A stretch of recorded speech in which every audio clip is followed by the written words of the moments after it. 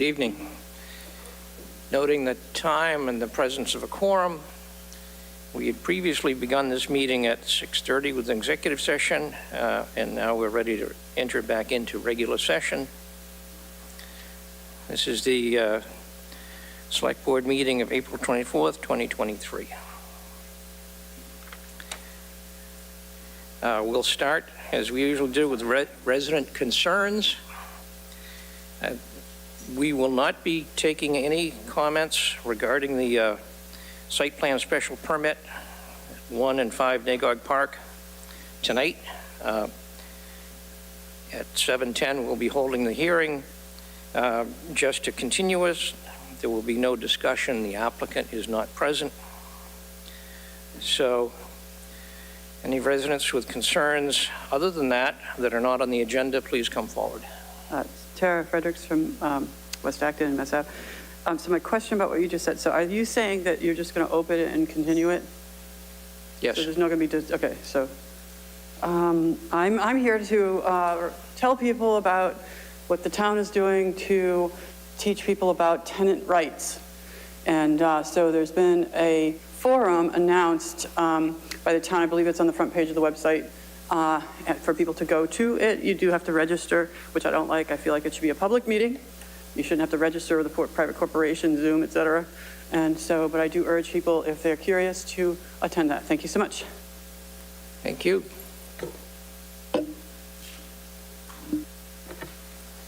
Hello, Leo Fochman from Wright Terrace. I'd like to give you a quick update on the Human Services Committee, of which I am the current chair. Our charge includes the following: to identify and prioritize unmet and emerging human service needs in the community. Also, to advise the Select Board and educate the community at large regarding these community trends and needs. On multiple occasions, when I've spoken at Select Board or school committee meetings on controversial topics, such as the colonial mascot retirement, I have asked for more debate and discussion before decisions are made. Residents are allowed to speak, but generally they are just thanked for their comments and then the meeting moves on. Allowing debate and discussion is an unmet need for dealing with health, in particular mental health. I read an article that lists 6 ways debate and discussion will boost your health. First one, debate and discussion are powerful tools that contribute to positive social change as well as strengthen relationships. But many persons fail to realize the numerous benefits that debate and discussion can have on their personal wellness. In fact, active debate and discussion are essential to a healthy society. Second, debate and discussion reduce stress and frustration. Also, group debates and discussion encourage social support. To address this unmet need, the Human Services Committee has added another meeting per month, which will be the 4th Thursday of the month. During this meeting, we encourage civil debate and discussion of specific topics. Our meeting this Thursday, April 27th at 7 p.m. in room 9 will be a hybrid meeting and will focus on town meeting warrant articles. This is an experiment, and depending on feedback, we'll adjust the format. And we'll make a decision in June as to whether to continue this second monthly meeting. We want to give people the opportunity to get involved. And then since it's going to be a hybrid meeting, people that have mobility issues or whatever, they can still ask questions and have a little bit, and I'd say it's going to be more discussion than actual debate. Thank you. Thank you.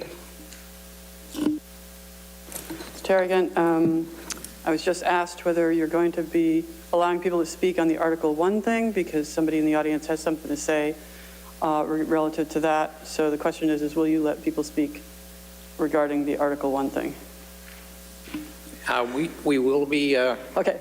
Discussing Article 1. Well, will you let the public speak, I guess, is the question. Yes, we always solicit comment. Oh, thank you so much.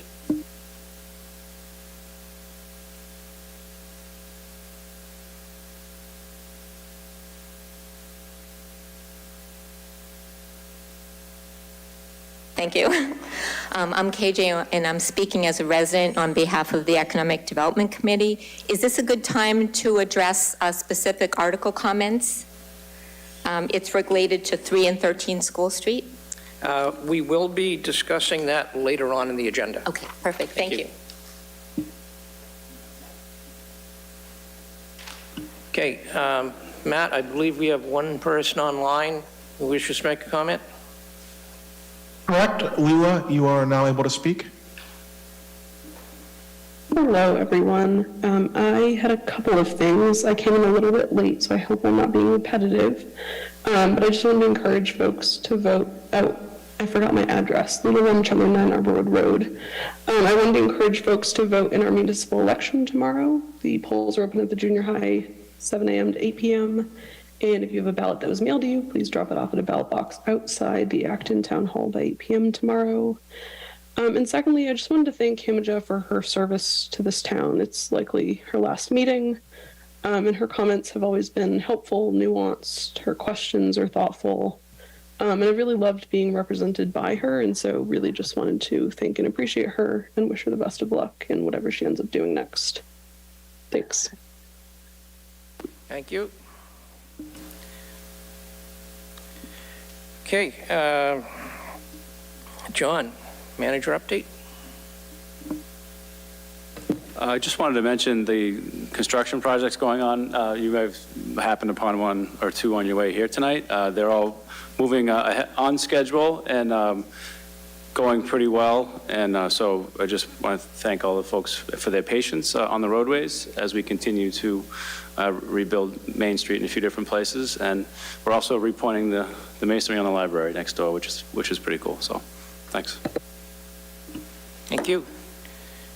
Updates from any of the members? Jim. Yeah, I had a few things. From the Commission on Disabilities, where I'm the liaison, just wanted to note that our new director of DEI, Wanjiku, is our liaison, a staff liaison, and I wanted to thank John for making that assignment. She's been at a couple of meetings and has just been doing a great job. The next one is sort of a public health announcement. This is my first select board meeting wearing my new hearing aids. And I'm thrilled by them, and I recognized after reading about them that people, especially men apparently, tend to avoid, recognizing hearing loss, going to an audiologist and wearing hearing aids. So I'm just here to say they're easy to test for, they're easy to get, they're useful, and they even help prevent the onset of dementia, apparently by giving the brain, actual information from the outside world instead of having our brains just sort of make up stuff all the time, as I was getting used to doing.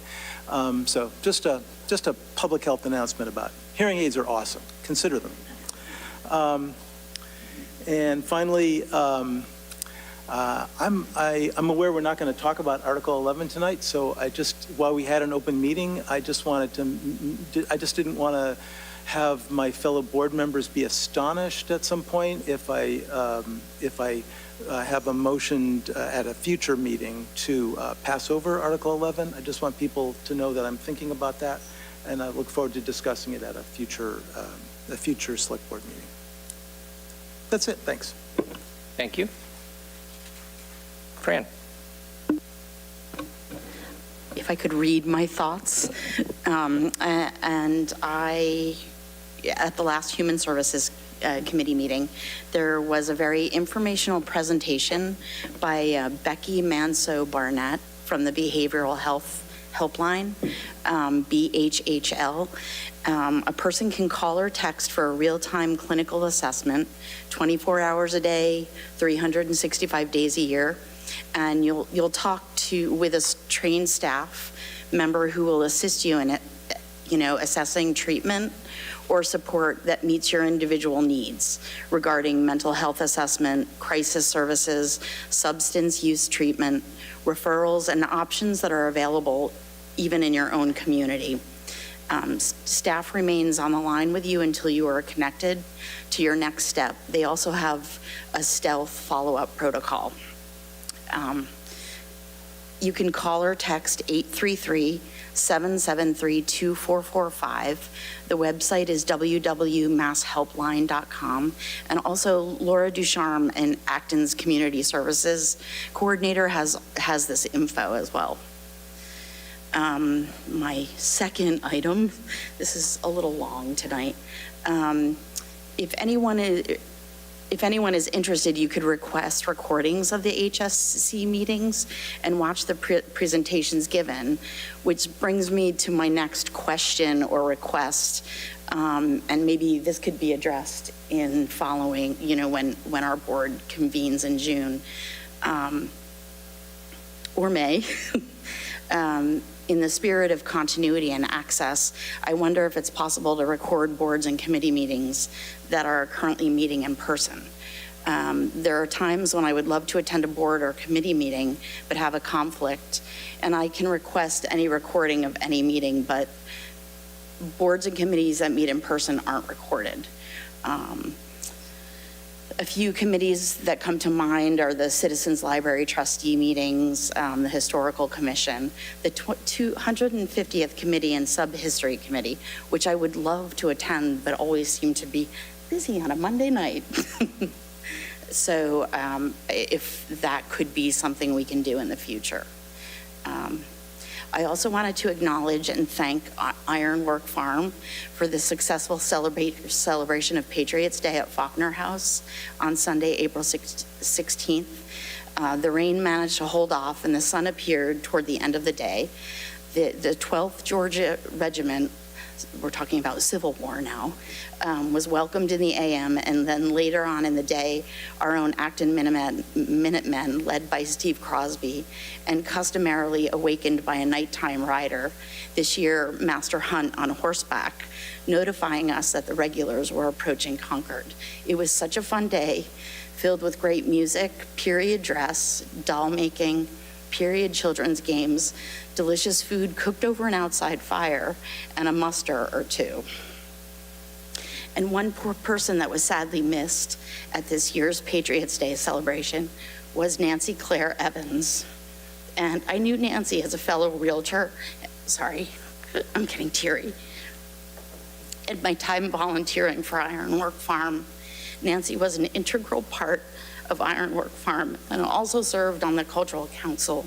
She was full of life, funny, an incredible mentor, and a wonderful overall human being. Nancy passed away from complications of ALS. There will be a celebration of life for Nancy outside at the Faulkner House at 5 High Street. Sorry. Whew. Saturday, May 6th from 2 to 6. You can drop in or come the whole afternoon. Nancy's favorite band, the Butler Frogs, will be playing. And then last but not definitely least, Himija. I wanted to thank Himija Nagoretti for her time on the select board, representing and working for her hometown of Acton. This is our last official select board meeting with Himija, and I wanted to say it has been an absolute pleasure to serve with her. Her perspective and advocacy has had such a positive impact during her time here. Her voice is incredibly valuable, and her work is incredibly important, and I'm honored to know her. Despite sometimes being met with disrespect and unkindness, she persevered and has shown true leadership. Best wishes. And you're wicked smart.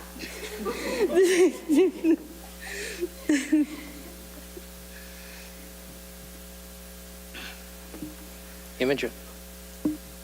Oh, Fran, I'm gonna miss you. I'm gonna miss everyone, honestly. And Leela, thank you for your kind words. And I was trying to put together remarks for today, and then I couldn't, so I think I'm just gonna go off the fly and say thank you. Thank you, everyone, for the most incredible 2 years of my entire life. I've learned so much. Just being part of a board of 4 other incredible minds has been so enriching. I've learned so much from you all. I've learned so much from our residents. I've just appreciated so much getting to hear the thoughts and perspectives of everyone. And I've also grown a lot. I think that, you know, you never are fully prepared for serving in any type of leadership unless you're actually in it, and then you're like, oh my gosh, like, it's a whole new world. And it's just a testament to how much you all care about our town, and a testament to how everyone here cares about our town, that you all are here today advocating for everything that you are doing. And so just really, really appreciate that. I also just want to thank everyone who's just unconditionally supported me through these 2 years. People who have been there when I've needed to vent, people who have been there when I've needed different perspectives or a different way of approaching things. Just so incredibly grateful to everyone who shared this journey. And, you know, there have been people who've made serving so delightful. There have been people who've made serving really, really hard. But overall, it's been just such an incredible personal journey for me, and hopefully one that I was able to do some service with. And the lifelong friends that I've made have been incredible. This town has always been my family and will always be my family. I remember when I was starting off running for the select board, when someone told me that they would never vote for me because my name didn't sound American enough. And at the moment, in that time, I didn't really know how to take that or how to think about it. And I kind of just shoved it under a lot of layers of work, because that's what we typically do. And I think now, looking back on these 2 years, you know, it really just comes to show that, you know, I am American enough, clearly. And I think that if there's anything that I hope that my tenure has done, it's to show people that you do belong in this space, that you can run, that you don't have to be a traditional, you know, candidate for the role to add something valuable to this role, and that Acton is a beautiful, diverse place. This country is a diverse place, and continuing to move forward in that, I think, is going to be so important. But I'll stop my monologue there. Just thank you for the love. Honestly, I have felt it so deeply, and my heart has expanded to an extent that I never thought it would expand, to this entire town of 25,000 residents, to our country and beyond. Just so grateful for each and every one of you. And I'll stop there.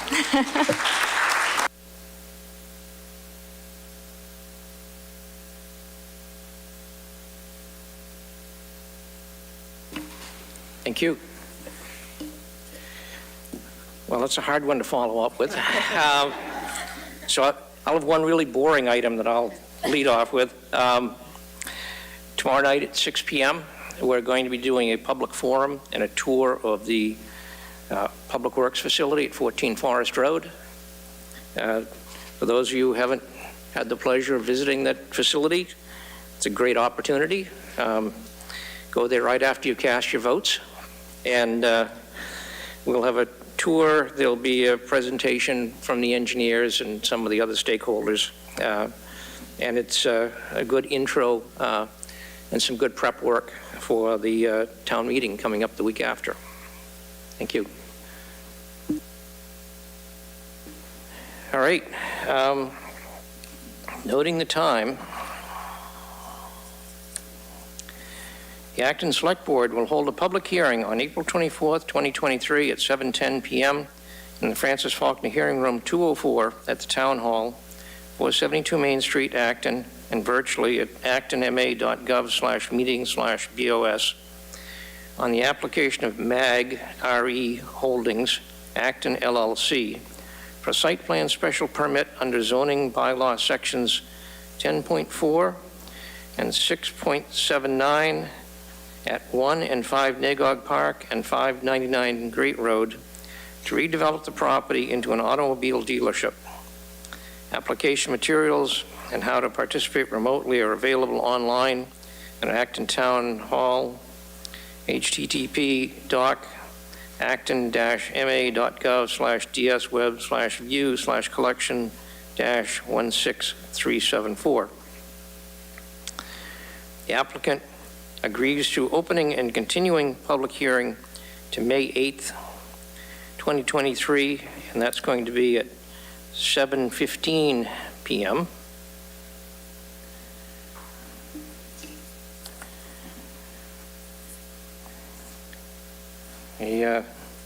I'll entertain a motion to continue the hearing until 7:15 p.m.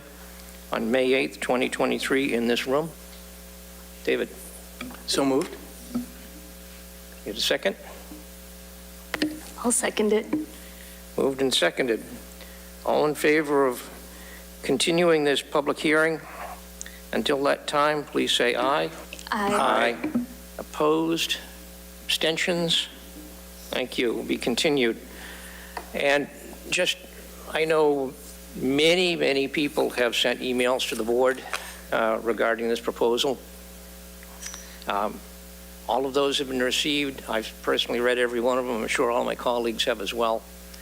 All of those are archived in DocuShare along with all the other documents regarding this proposal. We certainly hear everyone's input. We'll take that into due consideration. The reason for the particular continuance is, as you know, we've got an election tomorrow. Depending on how things go, we know we'll have at least one and possibly two different people on the select board. So we thought that it would be in the best interest of the applicant and the town to have the newly constituted board in place for the entire hearing process. So that's the reason for the continuance. So, thank you. We will move to our next item, which is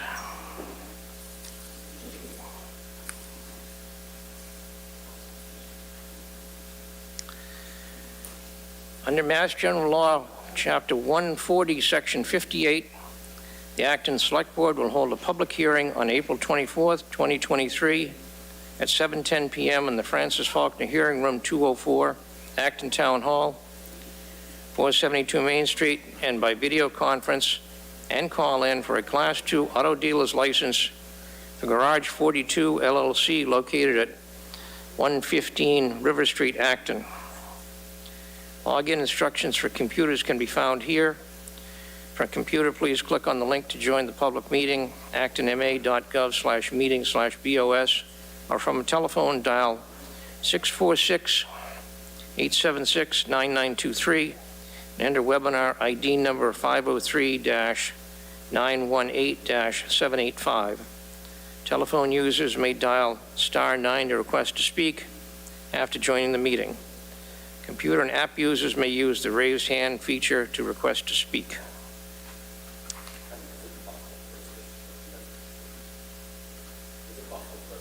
Yes, please do.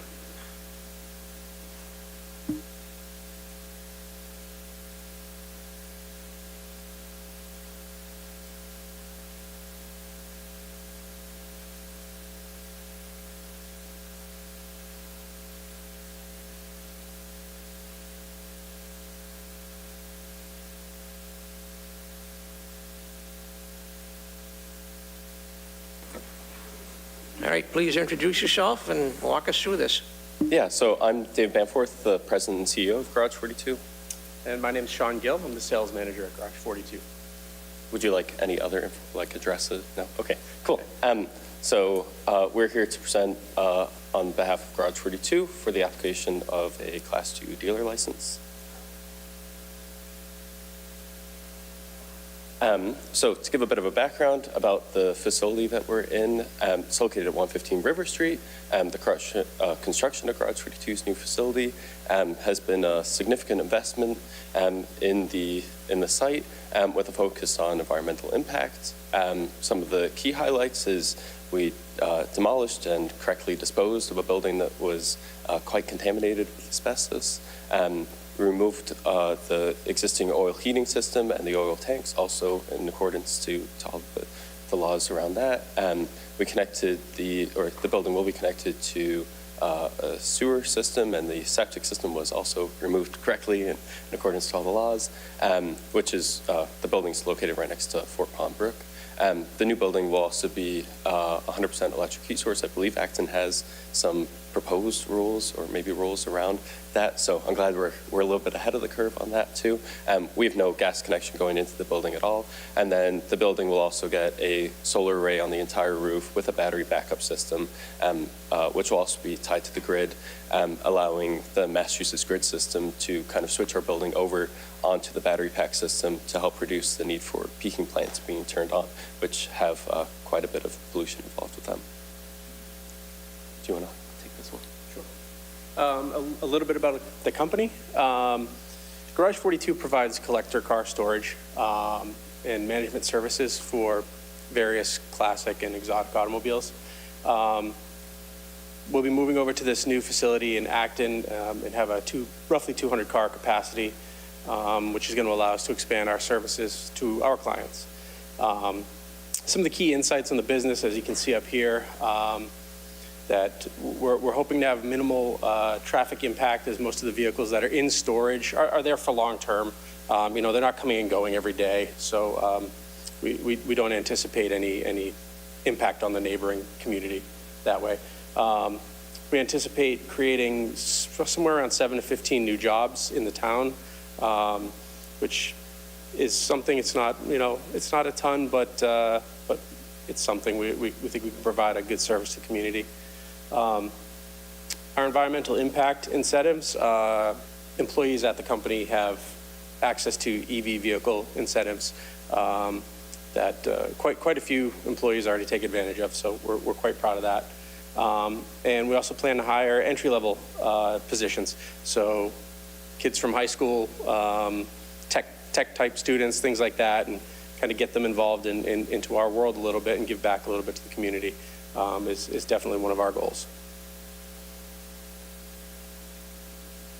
Cool. Honestly, this is probably also Yeah, a better point for you. So we're here applying for a Class 2 used car dealer license. It's part of just completing the suite of services to our clients. Some of our clients will come to us and look to buy or sell a new car, or used car for that matter. And in order for us to legally handle the paperwork for them, we need a used car dealer license.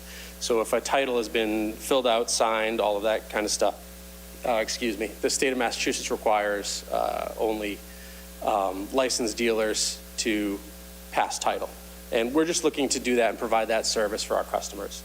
As you can see here, we don't plan on having a dealer lot. It's going to be entirely closed to the public. We're not going to hold inventory. We're not going to have any signage saying, used cars sold here or anything like that. We're simply providing a service to our customers. And I think I about covered it. If anybody has any questions, please let us know at the end of the slideshow here. Yeah, for reference, this is just a photo of the new lobby area that we'll have at the front of the building. Yeah. We just appreciate the time and are looking forward to any questions you might have. Okay, thank you. And one question I've got, will the entire, are you going to be using that entire facility? Yeah, correct. And the storage of the vehicles, it'll all be inside, or will some be outside as well, or? It'll be entirely inside. Okay. Questions from other members of the board? Fran? So all your vehicles are privately owned?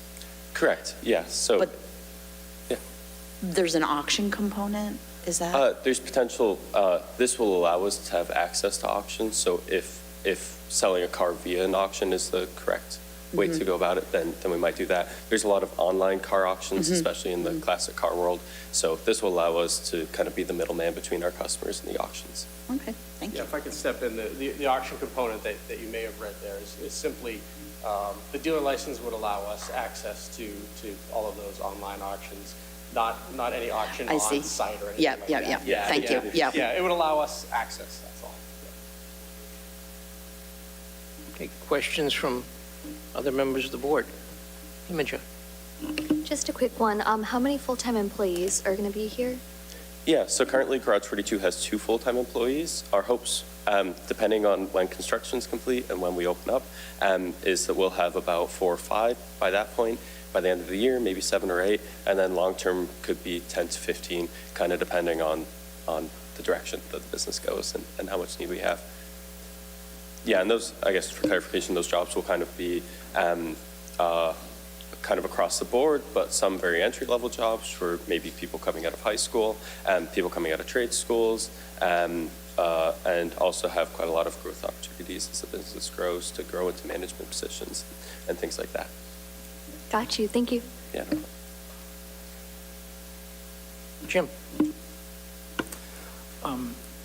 I remember when the special permit came before the board and going up and looking around at this sort of, spooky abandoned warehouse thing. And I'm really glad that you guys are able to, do something economically useful with it. So thanks. Welcome here. Welcome to Acton. Yeah, we love the property. It was just like such an unusual property when we found it, but also one that comes, I think, with quite a bit of responsibility, having the brook going through it and everything. So I hope we've done a good job of doing all the precautions and working with Concom to make sure we do it right. I drove by there just on River Street yesterday. That's an impressive looking building you've got there. Yeah, it's a really cool system, and if you want me to go into depth on it, I will. But yeah, it was really cool, and it went up shockingly quick because it was somewhat pre-manufactured, so it basically just went up really quickly. And yeah, I don't know, over the span of 3 weeks, there was nothing to a full-size building there. Do you contemplate making any other changes to the building or the landscape as a result of this particular use, or are you going to stick with the original site plan? I think there is potential that there might end up being a slight revision of the site plan just around some parking spots and due to some drainage changes that happened in discussions with Concom. There is, I guess to give you a little bit more insight, we have quite a bit of interest in renovating the house with the goal of having an employee end up living there. One, because it sounds great for us to have an employee there kind of guarding the gate, but also as just an opportunity for them to have access to housing. The house needs quite a bit of work though, and it's obviously in quite a tricky place being so close to the river and the road, and its foundation's pretty old. So we're working through the process of getting plans put together for that. So you might see something in the future on that side too. I'd encourage you, as you move forward, to interact with the Design Review Board. I believe that you met with them initially. Might be worth checking back with them again, especially if you're going to be working with the old house, and just to get their input. And they're a great resource for some technical information. Yeah, they seemed super knowledgeable from a design standpoint when we previously met with them, and they had some great suggestions actually on the design standpoint, especially around, I think, glass and heat coming into the building, and actually had some impact on some changes we made to the building. And then, there's some I don't know, determination still to happen as to whether the house falls under historic as well.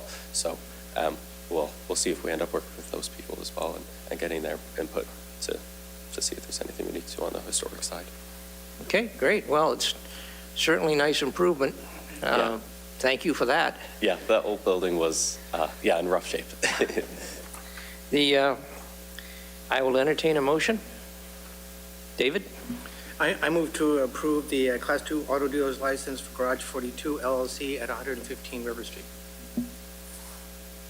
A second. Okay, moved and seconded. I do notice before we take a vote, I think we've got one online comment.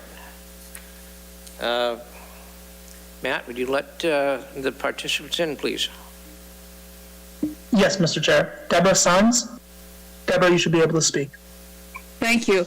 Deborah Sines, Concord Road. I have 2 quick things. One is, and the speaker before sort of presaged this one, which is, I assume, given that these are probably fairly valuable cars, that you guys are going to have a serious sort of security system going on. That's number 1.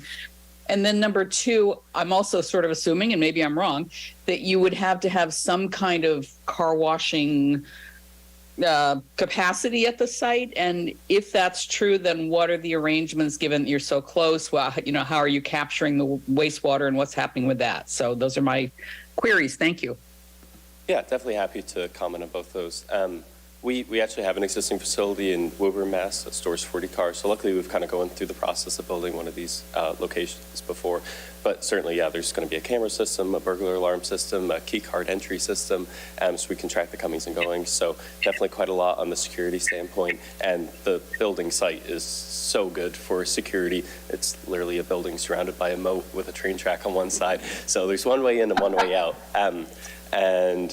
So that's what we're doing with that. And then on the car washing side, there is a detailing bay inside the building with floor drains, which is then going to a gas oil separator to remove any gas and oil from the water, which is then being connected into the sewer system. So it's not going to septic and is following all the Massachusetts WMRA, Mass Water Resource Board's rules and compliance around that. Okay, thank you. Matt, do we have a second to the comments? Yes, I apologize. I'm going to say this name wrong. Dong Hong Yao, you should be able to speak.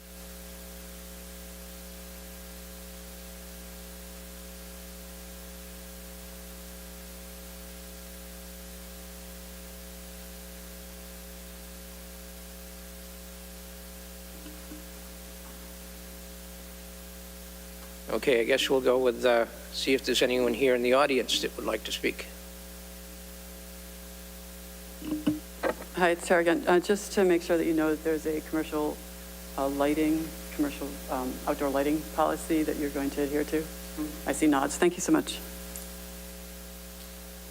Yeah, I can comment on that. Yeah, we've gone through the proper paths of, I can remember who it is that approves it, site plan, maybe, and yeah, have had a light study done of our impact of the lights in the building. Okay, thank you. I believe we had one other individual like to speak. Evening, Jay Rashbaum, 110 River Street. My question is the hours of operation, getting the cars in and out. It's still a residential neighborhood. I live across the street. And some of these high-performance cars can be sports cars can be very loud. And I want to know, how they're getting in, how they're getting out, and what are the hours of operation, so I'm not woken up in the middle of the night. Thank you. Yeah, so for the most part, we don't have standard hours of operations because we're by appointment only, but our employees will be working from typical business hours, 9 to 5.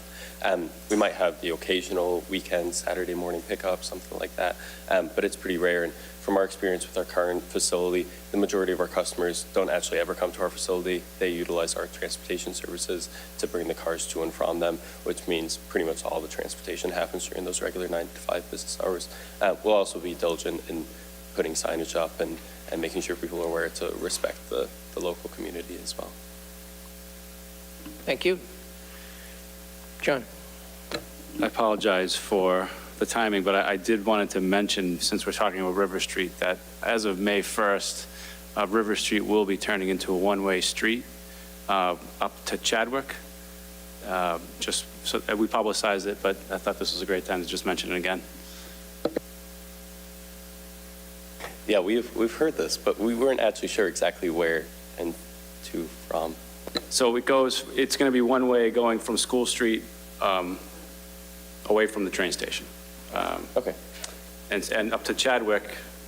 But at Chadwick, it's from Chadwick back to all the way to Parker, it's still two ways. Okay. But that stretch from School Street to Chadwick is one way going towards Chadwick, going towards your place. Towards us, okay. And in front of you, it's two-way. Okay, good to know. Yeah, because our driveway is much easier to get out one way than it is the other, so good to know. Is your driveway off of River or is it Parker? Correct. Off of River. Okay. Okay. Well, we've got a motion and a second. I'll call for a vote. All in favor of the motion as read, please say aye. Aye. Aye. Opposed? Abstentions? Okay. Welcome to Acton.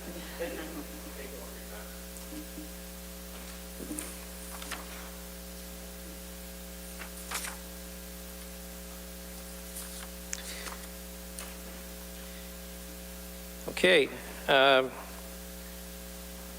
Notice is hereby given under Chapter 138, Section 12 of the General Laws. The Select Board will hold a public hearing on April 24th, 2023 at 7:15 p.m. in the Francis Faulkner Hearing Room 204, Acton Town Hall, and remotely by video conference and call-in on the application of Not Your Average Joe's for a change of manager for Nate Foringer to Zachary Stovall for an all-alcohol license as a common vitular at 305 Main Street, Acton. For a computer, please click on the link to join the public meeting, actonma.gov/meeting/BOS, or from a telephone, dial 646-876-9923 and enter webinar ID 503-918-785. Telephone users may dial *9 to request to speak after joining the meeting. Computer and app users may use the raise hand feature to request to speak. And I believe that the applicant is on Zoom.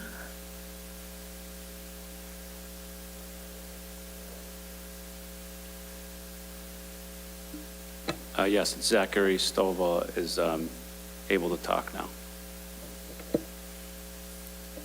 Hello, can everybody hear me? Yes, we can. So my name's Zachary Stovall. I live in Stoughton, but I am the general manager for the Not Your Average Joe's here in Acton.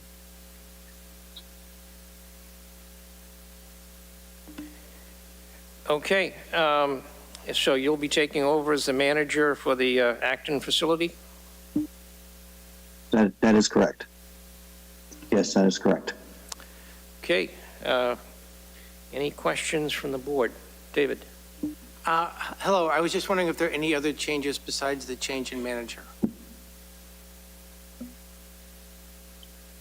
No, as far as I know, there's no other changes.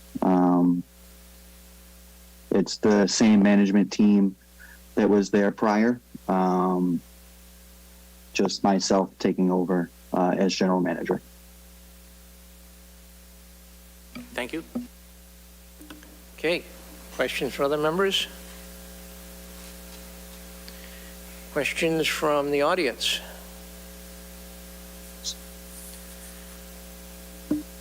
Okay, seeing none, I'll entertain a motion. David? Hi, I move to approve the change in liquor license for Not Your Average Joe's, 305 Main Street. Second. Okay, moved and seconded. All in favor of the change as noted, please say aye. Aye. Aye. Opposed? Abstentions? Okay, Zachary, you are approved. Thank you very much.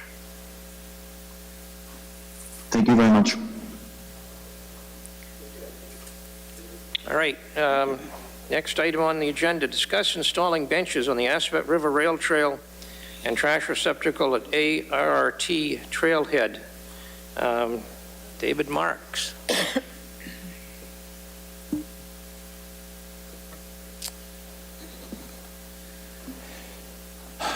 My name is David Mark. I'm a Maynard resident. I'm also a director for the Assabet River Rail Trail organization. Compared to the other towns on ARRT, Acton lacks amenities. Acton has only one bench site for its entire length and has no trash receptacles. The other towns have 3 or more bench sites per mile and 2 or more trash receptacles.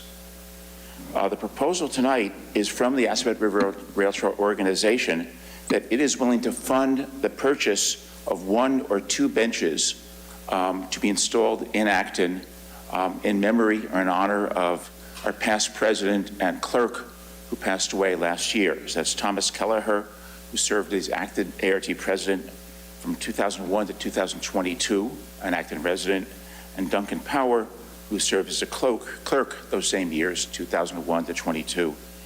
I will say that ARRT is in negotiations with Marlborough for placing a bench in Marlborough for Duncan, but the estimated cost from the DPW is so high that we really would like to consider putting both benches in Acton, which I think also has a better crying need for benches. The proposed benches are to be 6-foot plastic-coated steel, same as used in Maynard, and similar to the Acton benches which are at the boardwalk at the paper store building. Justin DeMarco, head of Maynard's DPW, estimates the current price would be about $1,500 per bench. I don't know if any of you are familiar with them, but these are 6 foot long. They weigh about 200 pounds, and they're very nice, and I think they last near forever. Or Acton could source a less expensive metal bench from the bench factory. ARRT is offering to pay for the benches and also having the memorial plaques made and installed. The proposed locations are the Acton Trailhead, and if there's a second bench at the Sylvia Street access, ARRT recommends that the benches be put directly on existing grass lawn rather than creating a concrete slab. So if there are any questions about this proposal, I think I've tried to give you an introduction to what it is, but I think this is important and useful for Acton to have more amenities.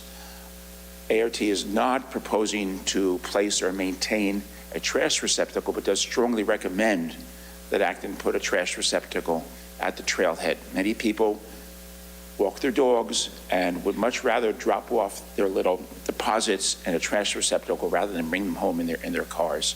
I just think you'd find that Acton residents would be much happier be able to do that. Great, thank you. Comments from David? Well, thank you very much for offering to fund this amenity. I think the benches are greatly needed. Also, I worked on various issues on the rail trail a number of times with Tom Gallagher. I knew him pretty well, and so I'm very happy that one of the benches is going to be done in his memory. So thank you. Thank you. Other comments? Jim? Was there a Maynard price? Did the Maynard price include the actual installation, or how would the installation be done? No, the Maynard price does not include the installation. Okay. So if Acton orders the benches, they'd be delivered, and it would fall on Acton DPW to take the benches to the two sites and plunk them down on the lawn and anchor them. And there are a number of ways to anchor benches that are relatively inexpensive. And I can discuss that with DPW. Thanks. The point I make about not pouring a concrete slab, because that, I think, is overdoing it, but that's an expense that I think we can avoid. Thank you. I think we've got some questions from the audience. Hi, Miriam Lezak, High Street in Acton. Not a question, but a comment. I think this is fabulous. I ride along the Acton section of the trail at least a couple times a week, and there are kids, there are dogs, there are people with strollers and little bikes, and I think having a, both a couple of benches and a trash bin makes a ton of sense. Thank you for moving this forward.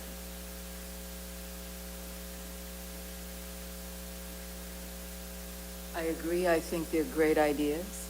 I don't go on the rail trail very often, but, oh, I'm sorry, Darlene Dowdy from Pheasant Hill in Acton. So I think it's a great idea. I just have, I wonder, how does that, so if the rail trail people are paying for the benches to be installed, then how do they get installed? Does the DPW do that? Okay. I'm going to talk to the gentleman to my far right. I'm sure that it's going to be a project that's going to be foisted upon the Department of Public Works. I just, it's just my own, because I don't know, I don't come to these meetings that often. And the other one, my other question is, if they put a trash receptacle, which I think is a fabulous idea too, how does that get emptied? Does that also fall to the DPW? John will be handling that as well. Okay, all right, thank you. So, yeah, Jim. I guess this is a question either for you or for the town manager. On our conservation lands, bench donations involve a little bit of paperwork, so we can say things like, we know you're paying for this memorial bench, but we don't promise to preserve it forever. You know, if it gets hit by lightning, we're not necessarily going to replace it and all that. So I don't know if we need any written agreement, but I was just wondering if either of you felt the need for that. Yeah. John? Any thoughts? I'm somewhat familiar with the process that you're referring to, and I think that we could follow something similar, or usually a letter from the donor usually covers it. Yeah, I think it's a great donation. I've walked that section trail quite a bit myself. It's a great spot. And certainly I'll let you give the plug for the Trail of Flowers as well, because Maynard seems to be doing a great job. Hopefully that can get extended into Acton as well. So the point Dean is making is that there's a related organization, Trail of Flowers, which is sort of under the umbrella of ARRT. So funds raised for Trail of Flowers actually are donated to ARRT, which is a 501c3 nonprofit. Trail of Flowers was created in 2018 by me to make the rail trail more interesting by planting thousands and thousands of flowers along all parts of the rail trail. We started in Maynard, so if you get down as far as the Acton-Maynard line, a little bit further across from Christmas Motors, where there's now an official town park and thousands of daffodils blooming, and a brand new bench just installed a couple of weeks ago. But we started planting in Acton in 2019. As a matter of fact, this Friday, the Assabet Roxborough High School students for Community Service Day will be helping me plant hundreds of dollars more plants at the Sylvia Street site, where we have already put hundreds of daffodils and dozens of other pollinator and bird-friendly plants. So in 2020, we added Marlborough, and this year we're adding Hudson to planting. So Trail of Flowers is extending to all parts of the rail trail. We will continue to plant in Acton, Maynard, Hudson, and Marlborough. Just one more thing. There are 2 trash receptacles in Maynard, but Maynard DPW refuses to maintain them. So it falls on me once a week to go in there and change the bag and drag it off and dump it into someone's dumpster, which they allow. I'd love it if Maynard took over the trash receptacles. I don't think it would have to be emptied as often in Acton, mostly because the ones in Maynard are very close to convenience stores and restaurants. So we end up with a lot of convenience store and restaurant waste. A trash receptacle in Acton would really just be servicing, I think, the dog walking people and a little bit more garbage, but still would need to be emptied on a periodic basis. So if there are any more questions here or here, I'd be happy to entertain them, but I'm happy for this reception I've had. Great, thank you very much. I'll entertain a motion to accept this donation. So moved with gratitude. Second. Moved and seconded. All in favor of accepting this donation with our thanks, please say aye. Aye. Opposed? Abstentions? Thank you very much. Safe travels back to Maynard.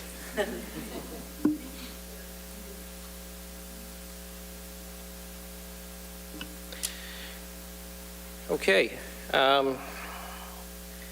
We're to discuss warrant articles. We'll start with Article 1, choose town officers.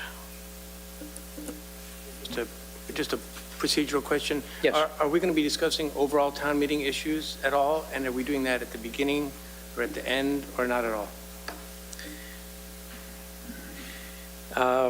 Well, we don't have a specific item. Is there some specific question you'd like to raise?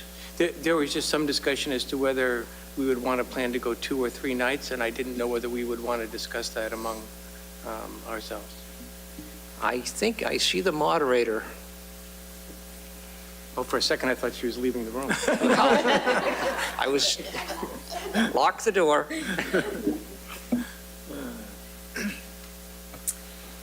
Hi, Joanne Berry, Town Moderator, for anyone who doesn't know.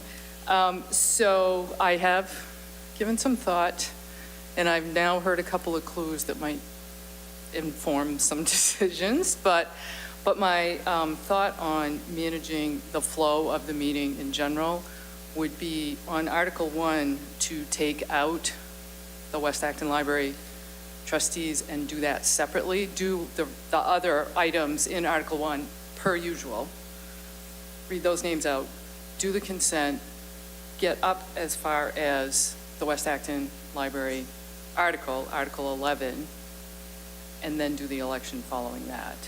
Because that might affect people's decisions on whether or not they want to serve. And then come back the second night at 6:30 rather than 7, because it is a fairly robust, and I think people will have some things to say about several of the articles. I would like to give that opportunity, but I also do not want to be there all night, nor do I think it would be a good idea to come back for a third night for those items. So that was my thought. Happy to have other thoughts. But I think if we started a little bit early, that would be helpful. Okay, David? Just a question, if we were running earlier than expected on Monday, would we go to Article 12 and 13, or 14 and 15, or not? Well, I think it's fair to let people know what the starting point is going to be for the second night, so they can organize themselves for sitters or getting home early from work or whatever people need to do. I just think that helps people be happier to participate if they have some kind of notice. And then if we did get out a little bit early, we'd have all that much more energy to come back for the second night. And so it's your feeling that 12 through 37 or whatever is the last non-consent article, they can all be done in the second night, you think? Right, yeah. Okay, thank you. Okay, so just to reiterate my understanding and for the audience, it looks like night 1 is going to be Article 1 through 10 and the consent items. And then night 2 is going to be Article 1B. No. Those would be Article 1B or whatever we're going to call it, and West Acton Library, Article 11 would be the last items we would take in the first night. That would be the last. Okay, so after Article 11 is done, we adjourn, and we start with Article 12 the next night. Right. Yeah, we would do the election of trustees following the article itself. Okay. Does that make sense? Okay, great. Thank you. Can I just say thanks to everyone who did videos.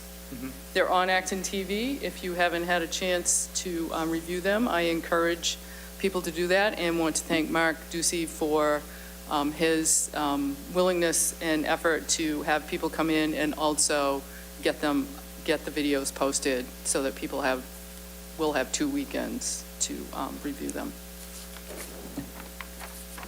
Thank you.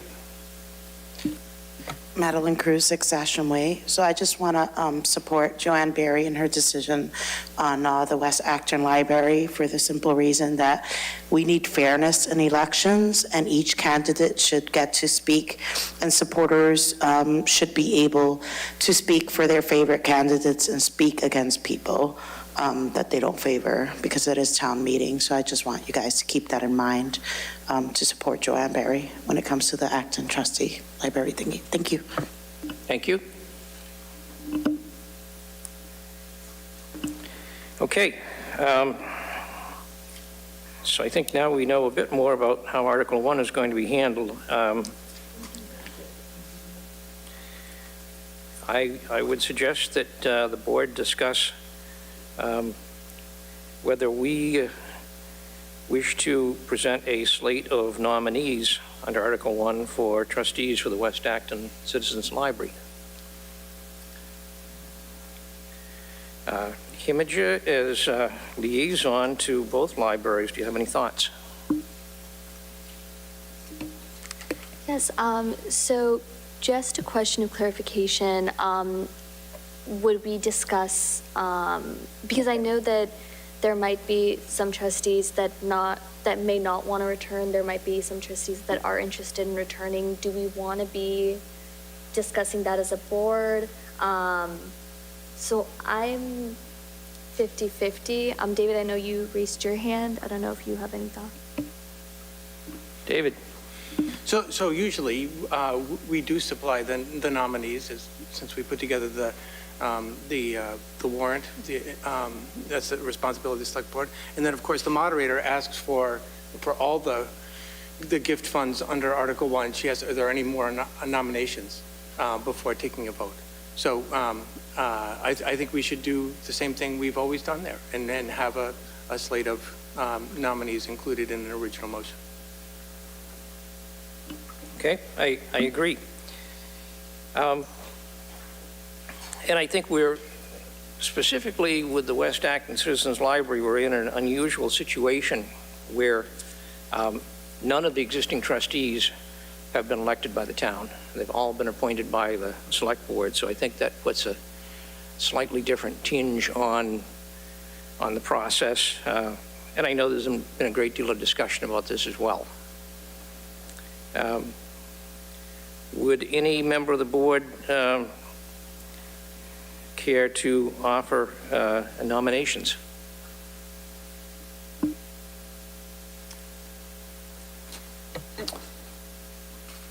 Jim? Before we start offering nominations, I wanted to get more of a clue about where we were headed. We had that weird kerfuffle with the last time we, chose people for the Citizens Library about the process. So I sort of wanted to understand the process we were entering before I make nominations or not. So the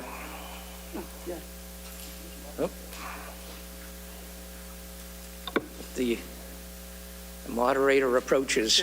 Could I just offer a suggestion? Please. And that we just take nominations from the floor, which can include your nominations, but we start the process with a blank slate and allow anyone who wishes to be considered to either be nominated by you all, to be nominated by the person next to them, or to nominate themselves from the floor.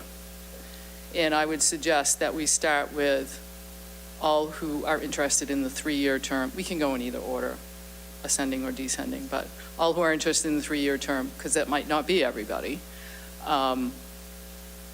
If we have 5 or fewer, we can use the clickers with ease.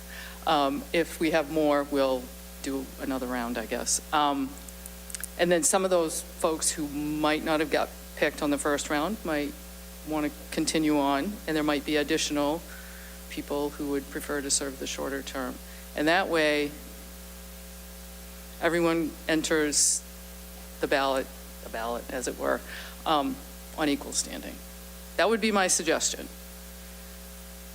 But you are free to do it another way. Thank you. Imogen. I'm in full support of that. I think that to what Jim said, because of the nature of kind of our board, I mean, if you think about it, all 3 of our current trustees are appointed trustees.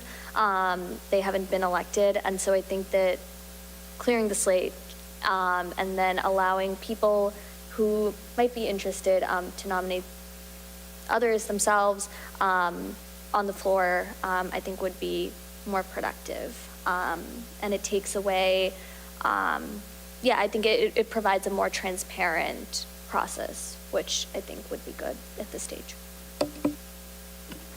Thank you. David.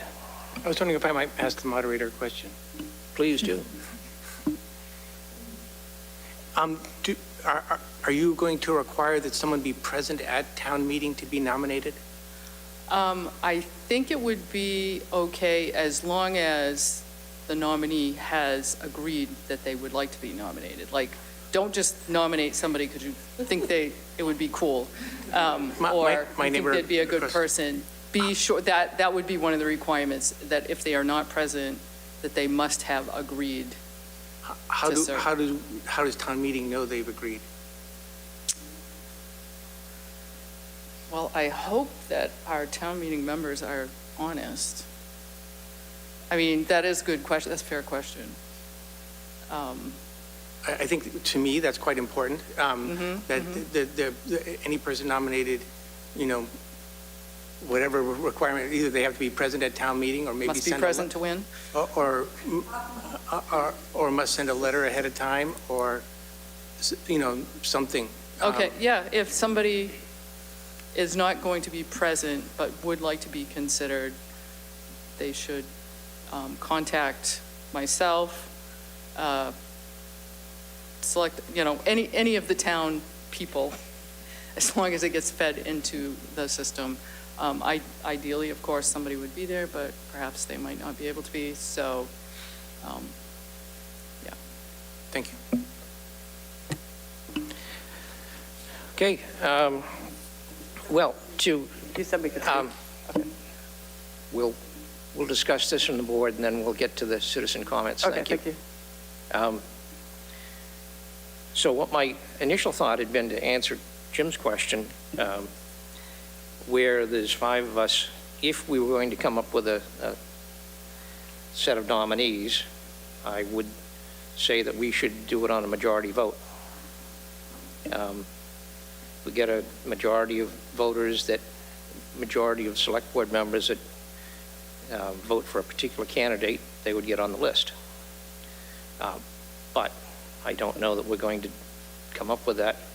I'll let the board discuss a little bit more about whether we're going to come up with a slate tonight, or whether as a board or as individuals, we might be nominating folks on town meeting floor.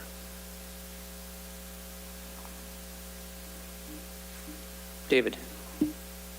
So I understand the moderator's point. My only concern about that is the time it might take on the town meeting floor to start from scratch, right? I think, it's taken this board, along with the trustees, when we've had combined boards, a long time to whittle through these things. It'll take town meeting longer, right? You got to figure twice as long, right? We're going to be talking, I think, hours. And so, it's taken us an hour and a half, right? And so, I think we're talking hours into the town meeting floor. Who knows how many people are going to be nominated? I've seen lists of 3, lists of 6. We could easily have 3 clickers full. And then we have, however the moderator chooses to whittle them down, right? So, that's my concern. I think us starting with a slate could save time. Also, that's the way it's always been done. Okay, thoughts from Jim? So I'm anticipating the flow of the meeting. So we got the Article 11 discussion, which will be, interesting, because we have both pro and con. There's people supporting both notions on that. So there's going to be a lot of information and discussion. And I think that the actual nomination part will be relatively straightforward because of the, the moderator's fine ability to, limit debate and, ask those important rhetorical questions like, do you need to hear anything else to change your mind? So I'm not too worried about the time. In terms of nominees and coming up with nominees, we'll see how the discussion goes, but my challenge, the challenge I'm thinking of is that, we've already had a process where we chose 3 different select board trustees, the 3 trustees that are installed already. So, so I know that my personal inclination would be to have those be the three people that we bring as our nominees. But based on the difficult tenor of the conversations we've been having with the trustees, I don't know if the rest of the board's going to go along with that. So my intuition is that we're not going to end up with, a set of nominees that we all agree to, or even agree to, on a majority basis. Maybe a majority basis, but even then, I'm not sure. It seems like it would take us a long time. So speaking about time, that would take us a long time, because we'd have to understand who all the possible nominees are, and then choose some set among that. I don't think that's worth our time. I think we can let town meeting take care of that. Imogen. Yes, and to add to that, I know that we have town elections coming up tomorrow, and we have that election going for Memorial. That might change what our thoughts are for who we're putting up as a slate, trying to avoid conflict of interest, things like that.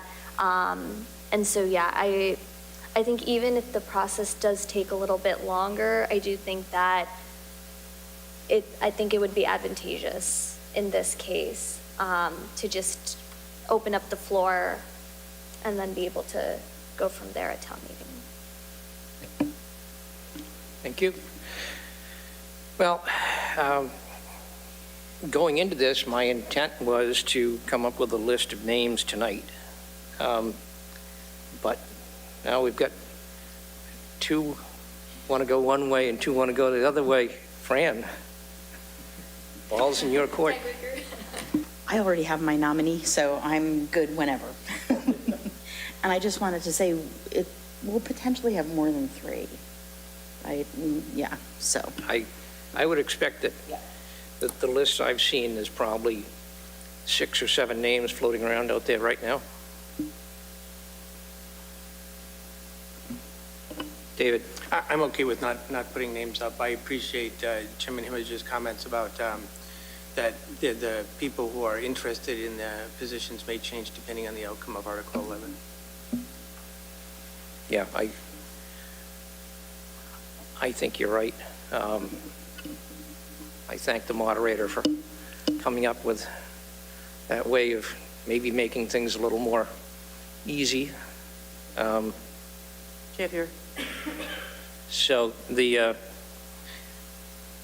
I will not bring forward a list of nominees nor ask for one. Tara? Yes, knowing something about election law, I would say that it would be very problematic for a sitting board to nominate people for another election. That would be like you guys deciding who's going to be in the next select board. I have looked at prior nominations in the town meeting warrant, and it's the trustee, member of the Citizens Board of Trustees that nominates their own, which I have problems with in and of itself because it just perpetuates sameness as opposed to diversity.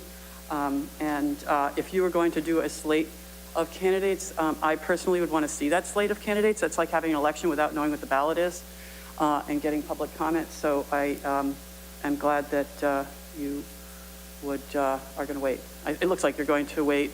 I urge you to wait and do it at town meeting. I believe that that sitting boards cannot try and influence elections.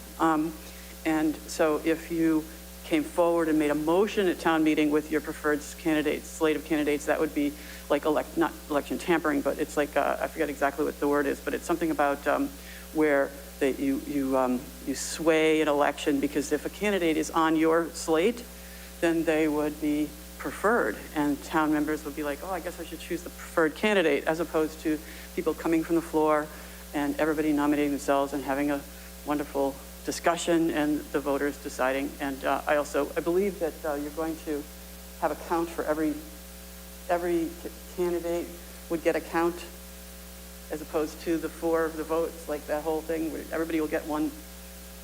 Everybody will vote, and then there'll be a number, 70 votes, and yeah, everybody gets a vote. So, I think that's the fairest way. Thank you. Thank you. Fran? If I can just respond to that, I would think, since we're doing it from the floor of town meeting, that we wouldn't be bringing forth the nominations, that it would be, other people bringing forth the nominations. Elections Office of the Secretary of the State Secretary of the Commonwealth would have a problem with sitting board bringing forward a slate. Thank you. I think that people have to come forward as individuals and promote or nominate their individual. It'd be like you guys all voting on who we should vote for tomorrow. Thank you. Thank you. David? So this has nothing to do with election law. This is town meeting choosing officers for the town. So it has nothing to do with election law. I beg to differ, only because they are elected. Okay, we've heard enough. Thank you. When it comes to town meeting, I'm planning on doing whatever the town moderator lets me do. No pressure. All right. So unless there's anything else that folks would like to discuss about Article 1, I think, David. Should we vote to recommend Article 1A? You know, in other words, one of us make a motion to recommend all the parts of Article 1 except for the Citizens Library trustees?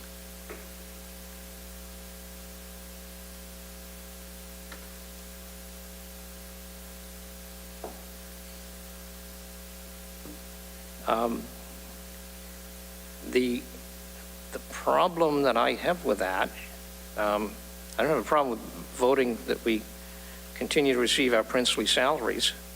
But at least in the document that I've got here, I don't have the names of any of the other nominees for any of the. So we could do that just before town meeting? I think so, yes. Thank you. I think we have that very quick meeting right before we convene town meeting, and we'll do it at that point. Okay. Moving on, Article 15, amend zoning bylaw, firearms business. David, this has kind of been yours. Yes, I went through a complete, I could do I have the presentation, I could go through it again if everybody's interested. I did go through it at the time we put it on the warrant. The only kind of clarification that's, actually there's two things. Since we discussed it, there have been two minor changes based on planning board input. One is the buffer from residences was increased from 100 to 125 feet. And based on input from people at the hearing that we held here, the total number of permits in town has been increased from 1 to 2. So other than that, I think things are the same since we presented it here. The only other thing I would say, is, just to clarify, because I've heard a lot of confusion on this article, is that currently the town does not regulate firearms businesses at all, right? So a firearms business that did only retail can move into any one of our retail areas in town. There's no regulation on it at all. This adds regulation. It allows them only to go in certain areas of the town and has other safety and other requirements in the special permit. Okay, comments from other members of the board. Jim. Thinking back over that discussion, there seemed to be a lot of worthwhile comments about the different types of firearms businesses, and I wondered if that had been clarified either, in the language or as you speak with town council. There were things like, selling targets or having a service of repairing firearms, or there were some other distinctions there that it seemed like the way the bylaw was written seemed like it would encompass all of those things. Although maybe if you have a large store and you have that as a side business or a part of their business, that's okay. I was wondering if you could sort of remind me where you've ended up on that. So I don't know if the town planner's on, but we can also ask her. But this law just regulates the two types of businesses: the retail firearms businesses and the manufacturing of firearms, which includes assembly of firearms. And often those are done together, in which case they have to. Well, there's no difference in the new law, but currently they could only go into one zoning district because they do both things. I don't know if that clarifies your question. So it's just the retail and the manufacturing. The question I was left with was still about, a store decides to want to sell targets, or so they have a business that's already legal, but they want to and permitted, and they want to sell some gun-related things. And I know there was language about gun-related paraphernalia and services that I was unclear about. Can I make a? So some of the things that were based on comments that we received, yes, that some of the things were taken out, and I can just read from the proposed bylaw that manufacturing operations include repairing, altering, cleaning, polishing, engraving, bluing, performing of any mechanical operation on any firearm.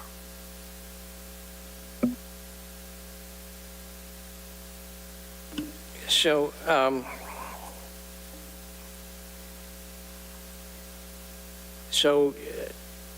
my understanding now is that the assumption is that any entity that's involved with the retail sale of firearms also would be covered under manufacturing?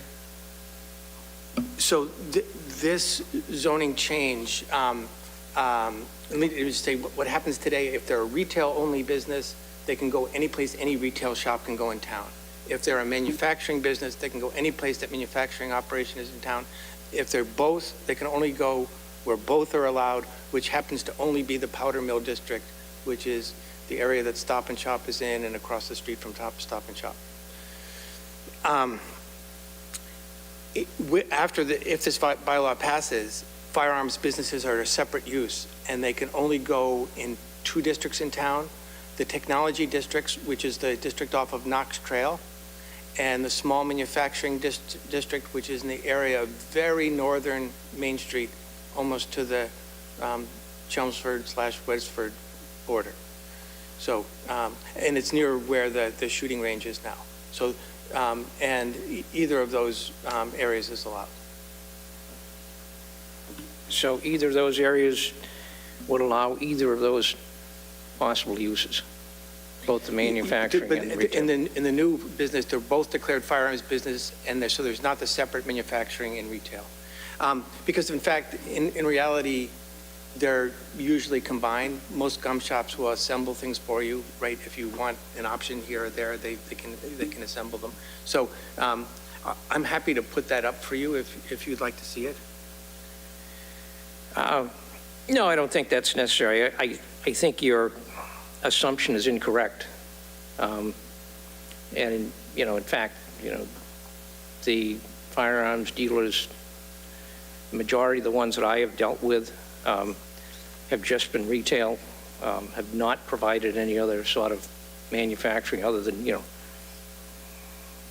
nothing, no other attachment. I think that this is kind of a forced fit. But, it is what it is. I think you've got an incorrect assumption to begin with, but so it goes. I guess it depends on how town meeting votes on it. So I would not argue with you on that. The area where many people buy guns, a big box store, that kind of thing, those you buy an off-the-shelf item. The kinds of shops that were in Littleton, they assembled weapons for you, and so different clips, different stocks, you could, and that's considered manufacturing. So it can happen both ways. I would agree that most people buy their guns kind of off the shelf, but this is meant to, be a little bit broader regulation. In any case, this law still combines both, and no matter whether they do manufacturing or not, they can only go in these 2 locations. Okay, thank you. Comments from other members of the board? Well, the only comment that I would have on this is that, I'm frankly troubled by the outrageous number of misuse of firearms and frankly, massacres that have occurred. And I think, obviously, this is a reaction to that. One of the arguments made earlier was that there's an economic argument for this, that having firearms dealers would chase retail out of town. I think that's not supported. And, the obvious example that I bring to you is the presence of the Cabela's, the Highland shops in Hudson, which, the fact that they sell firearms has not dissuaded 110 Grill, Market Basket, Lowe's, LL Bean, or any other retail operation from going there. So I think, that's a false assumption that it would have some economic disincentive. I think one of the other questions raised as far as the buffers regarding, the sale of weapons near to residential areas. And At our hearing earlier, I specifically asked the police chief if he had any knowledge of any situation where someone walked into a gun store, purchased a gun, walked 200 feet away and shot someone, and could not come up with any example of that happening. So I think the whole buffer argument, basically it was an attempt to, as effectively as legally possible, exclude the sale of firearms from the town. And I think that's quite transparent that that was the intent. I think some of the other issues that I have with it is that, you know, the sorts of horrendous crimes that have occurred all are crimes. And I'm not sure that if you're worried about a gun violence problem, that changing a zoning bylaw is really going to be doing anything other than making you feel good about yourselves. Our zoning enforcement officer is a very talented person, but I don't think she's the person that we should be looking at if we have a gun violence problem. That being said, I intend to vote against this, and I'm not going to pursue it any further, but I certainly understand that I'm probably on the minority in this board and probably in the minority in the town. But I do feel that if we're looking for something meaningful, this is performative at best. With that, I will ask for a motion if the board intends to support Article 15. David? I move that we recommend Article 15. Can I get a second? I'll second. Kate, moved and seconded. Further discussion? Jim? Just thanks for articulating your point of view. We've had a number of 4-to-1 votes on warrant articles this year, and it helps me to have all the points of view articulated. Thank you. All in favor of the motion as read, please say aye. Aye. Aye. Aye. All opposed, say nay. Aye. Abstentions? Okay. It will go on as recommended. John? Okay. Online comment. Charlie Cadlick? Charlie, you should be able to speak. Can you hear me now? Yes, we can, Charlie. Not to complicate your already complicated meeting, but your agenda does not provide for a vote on these articles, just to discuss them. Thank you, Charlie.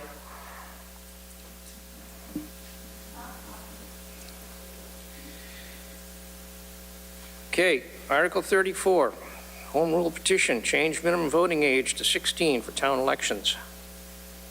Imogen. Thank you. Yes, so I can give a little bit of an overview. I know that this is a hot button issue, so we'll try to simplify and try to make it clear what the scope of this article is.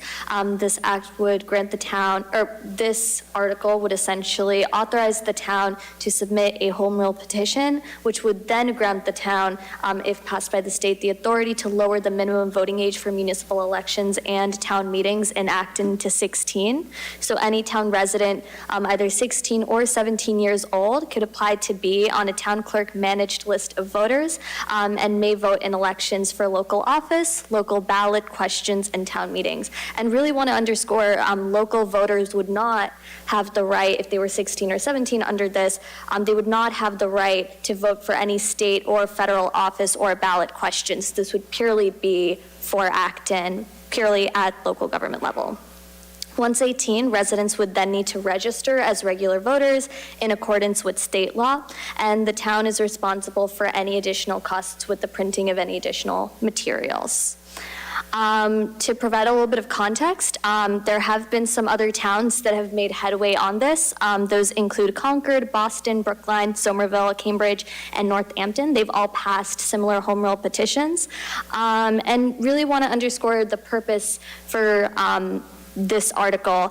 Young people in our community contribute substantially through their volunteerism, through their employment, and they have little decision-making say in their town. And once students turn 18 during their last year of high school, they may not have the opportunity to vote in municipal elections. Many of them go off to college, some of which are out of state, many of which are out of state. And so it makes it more difficult. And by lowering the voting age by 2 years, we can ensure that civically engaged young people who already follow town government, who are interested in local issues, who are on top of these issues even more than I am, have the ability to then show up to the polls and vote on things that they are knowledgeable about and believe in. And this also encourages young voters to establish a pattern of lifelong voting. Research has shown that it also increases the likelihood of parents voting when younger students vote as well. So it really is, I would say, to the benefit of all of us to consider what this change might do for our town.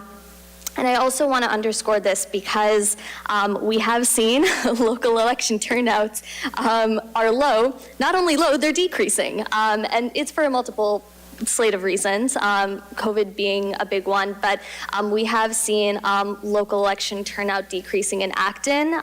To name off the last 5 years, in 2018, 13% of eligible voters showed up at town election. 2019 was 12%, 2020 was 17%, 2021 was 14%, and 2022 was a record 6%. So we're going down. And this is a way for us to engage already engaged young people in the voting process. And so happy to answer any questions if people do have them. But it's been incredible even just through this position, being able to speak to students in high school, people in our community who are just doing incredible civic engagement work, even younger than 16, many of whom are younger than 16. And so I think that this would provide an important step for our town to really recognize their efforts and also increase voter turnout and find ways to continue civically engaging our town.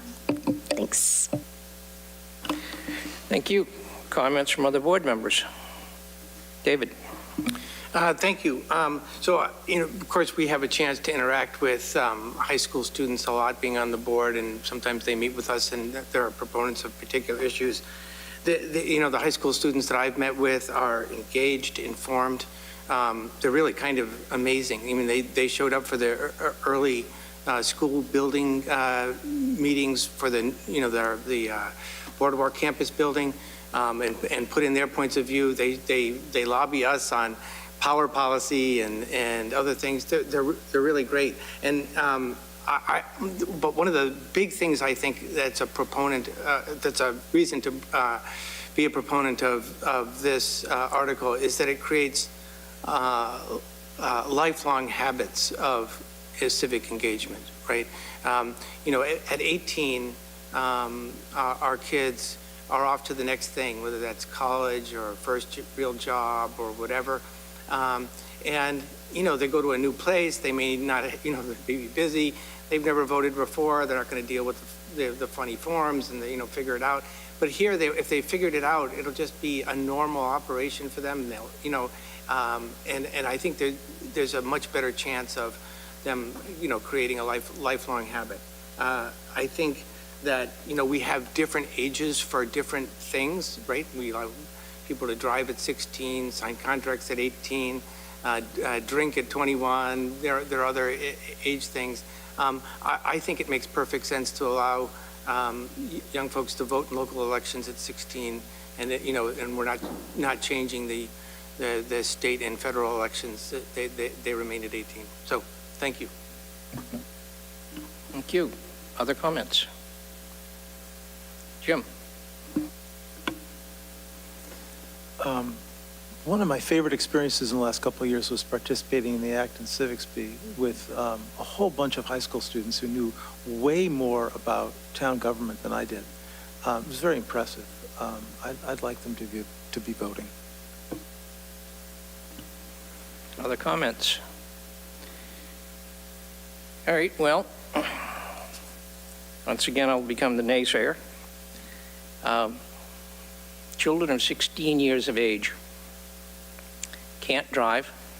When they get to be 16 and a half, they can drive, but they can't drive after 1 o'clock at night. They can't buy alcohol. They can't buy tobacco. They can't buy a lottery ticket. They can't get a credit card. They can't sign contracts. There's a list of many, many things that children of that age cannot do. And the reason they cannot do that is that it's generally conceded that they lack the discretion and the wise decision-making ability to make those sorts of decisions. I'm frankly a little bit upset with my colleagues, and they say, well, it's only municipal elections. Well, when you think about what we do, the things that impact all of our citizens every day, those services are provided at the municipal level, not necessarily by the state or the federal level. So I would actually argue that it's probably more important that we have more mature people voting for municipal elections than for state or federal, especially, as Himiger points out, that we have a very poor turnout of adults in our elections. So a group of determined kids could really throw an election, including doing things like passing a huge tax increase, an override to benefit whatever an organized group might decide is a good idea, and then leave town and leave the rest of us to pay the bill, because they'll be moving on to college or somewhere else. So I think these are all important issues. We do know that young people are easily swayed by peer pressure, and we know they're easily swayed by people in authority, and I think that's a very bad combination. So I personally am opposed to this. Himiger and I have had very deep conversations about this, and I haven't budged, and neither has Himiger, and I respect her very much for her opinion, but I just don't feel that it's appropriate, and I will be voting against this. I see we have people in the audience. Okay, Chair again, and I just want to make note that some of the most brilliant scholars that I know don't have a license, don't smoke, and don't play the lottery. So I also feel like a lot of people are easily swayed in Acton already. I believe that the people that show up to an election are already proving that they are more mature than those that don't. Thank you. Thank you. Sam Sullivan Fieldman. First, I want to echo those comments. I think the young people today growing up in the internet ecosystem that they do have much greater media literacy, especially when it comes to news, and an ability to detect BS in the news than a lot of people who are older. That's certainly not universal, but it's more true among those who would vote. But regardless, we don't have literacy tests anymore in this country. People don't get the right to vote because they're smart and because they've demonstrated some proficiency. People have the right to vote because they're citizens of this country. People have the right to vote because their opinion matters and they deserve to have representation. Thank you. Thank you.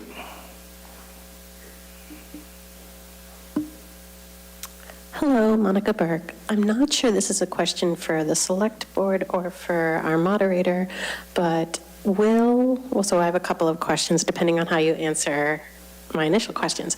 Will the 16 and 17-year-olds be allowed to enter the town meeting and speak at the pro or con microphone. And based on that answer, then I guess I have some follow-ups. So there is a non-voter section, which is open to any person who is, for whatever reason, not a registered voter in the town. And I would say any 16 and 17-year-olds who are planning to participate that evening would go to the non-voting section, which I believe will be in the gym. We will be using the gym as overflow, non-voter. I would encourage folks who want to spread out more. And if you want to keep an eye on children, as there will be no other option for that, the gym might be a good option for that. So any 16, 17-year-olds can go to the gym, be in the non-voter section, and then when it comes time for that article, I would like to hear from some representatives of that age group, pro and con. So I think what we will do is when we come to that article, I will ask for the approval of town meeting to hear from people in that category. Thank you. Madeline Cruz, 6 Sasha Way. So I just want to say that I'm a mom of a 16-year-old, and I've heard other boards discuss this article, and a lot of people say that 16-year-olds are immature, they can't buy alcohol. Well, yeah, that's obvious, but there are people that are old enough to drive and old enough to buy alcohol, and yet they still make horrible decisions every single day of their life. That not only affects everyone in general, but it does affect the diverse population, the BIPOC community. I personally trust my 16-year-old to vote. She's capable of working and servicing people at her job. And she's had some harsh lessons lately, but she's handled them pretty well. Of course, if you want to generalize, yes, not all 16 have that maturity, but for the ones that do, why not let them engage and learn what was denied to us? I think the biggest problem that we're facing today, not just here in Acton, but in our world, is everybody's so afraid of change. And you know what? It's okay to be afraid of change, but we should never subject another group that is clearly the future of our country. And I wish not only that more 16-year-olds, 17-year-olds can vote, but I wish that our school system would do something to teach more about local government. I know that I would have benefited from if they would have done more to let us know how it works. And just as a reminder, there are a lot of, I can't say a lot, but there are parents out there who are disabled, and a 16-year-old can be that voice for that parent that's bedridden. A 16-year-old can be a voice for that mom who overdosed, or that dad that's in, wherever. You just never know. So we have to consider those things, and we can't let ourselves keep reflecting on, the issues that weren't there before. We're living in new times, and with new times come new changes, and they're tough. And I just want to remind everyone, and I can't say this enough, we have to get comfortable with being uncomfortable and having open discussions. And we might not always agree, but at the long term, I think this is for the better of our democracy. Thanks. Thank you. Hello, Leo Fochman, Wright Terrace.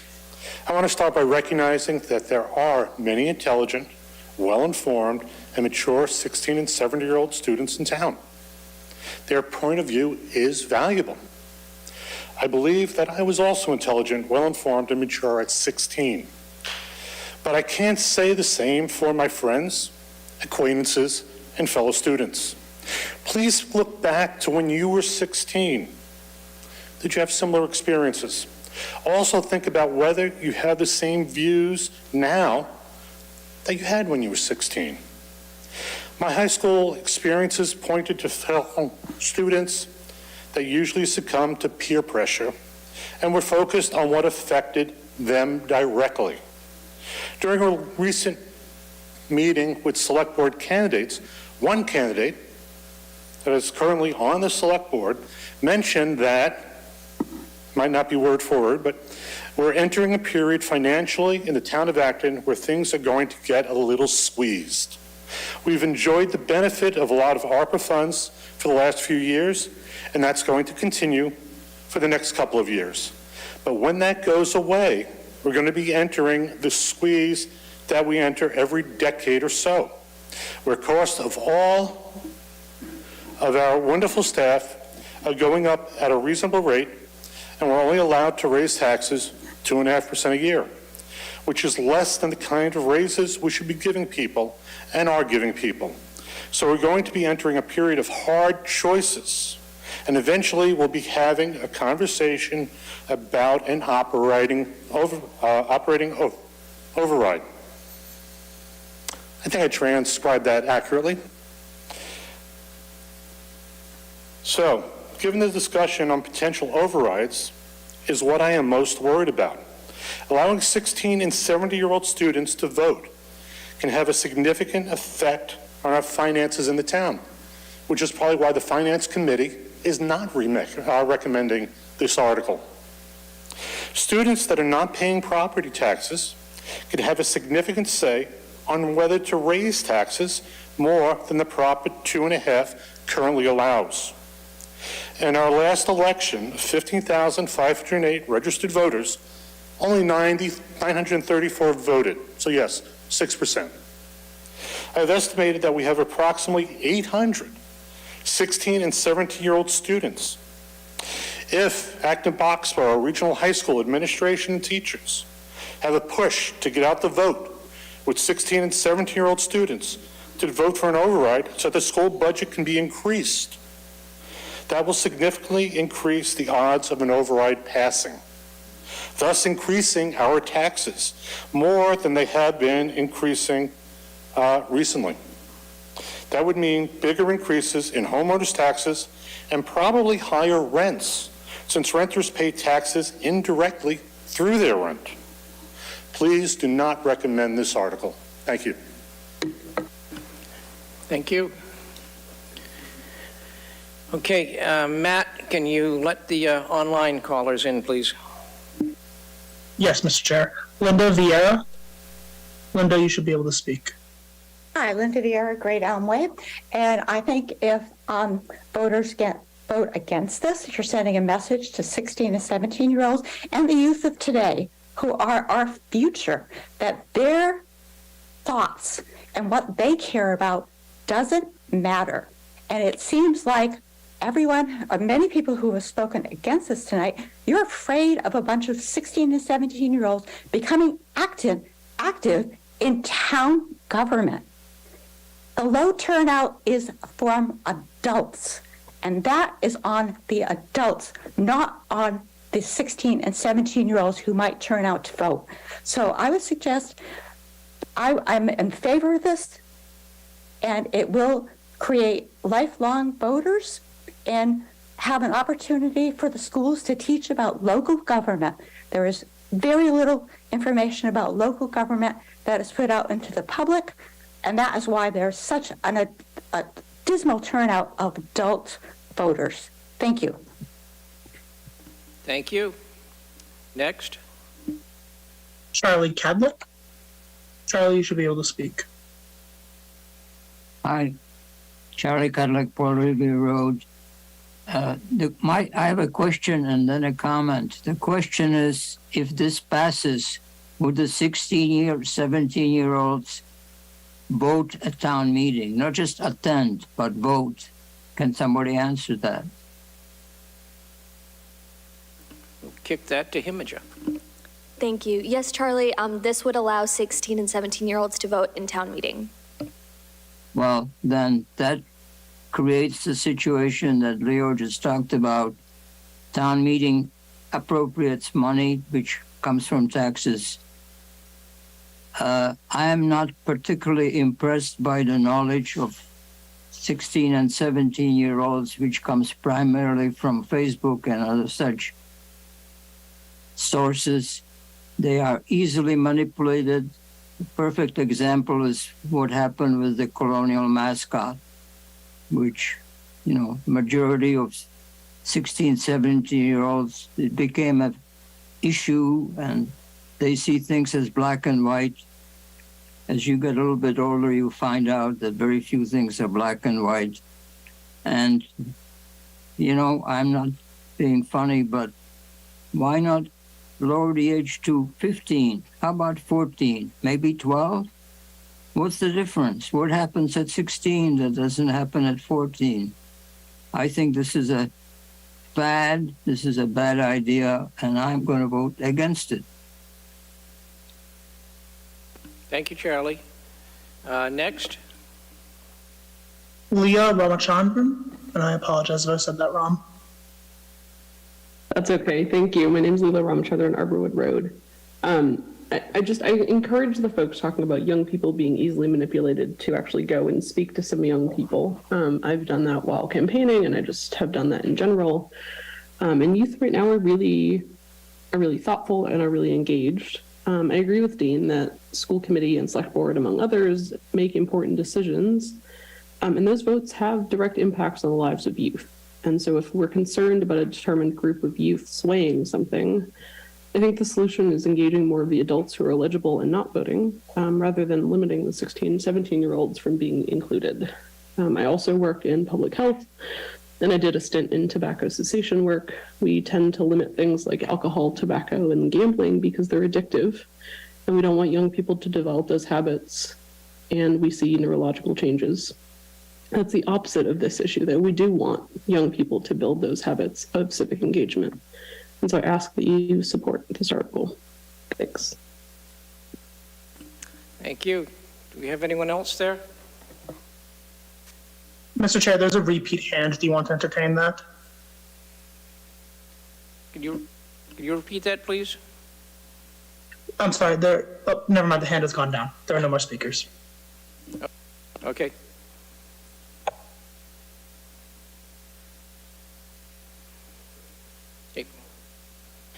I just want to make a comment that we can't keep using as an excuse that 16-year-olds are immature, because most 16-year-olds are bagging your groceries when you go to the store and go food shopping, or they're handling you at the register when you're going to some of the stores. And also, 16-year-olds contribute to their own medical decisions. I know I'm not allowed to go into my daughter's appointments, any doctors, unless she allows me. And also, you have a lot of 16-year-olds, 17-year-olds that babysit young children. I know my daughter was a babysitter to like 2 or 3 young children. And if those parents were capable of trusting their young children to my daughter, then I'm fully support that and know that my daughter is mature enough to make a vote. So the other thing is, can we stop saying that kids don't pay rent?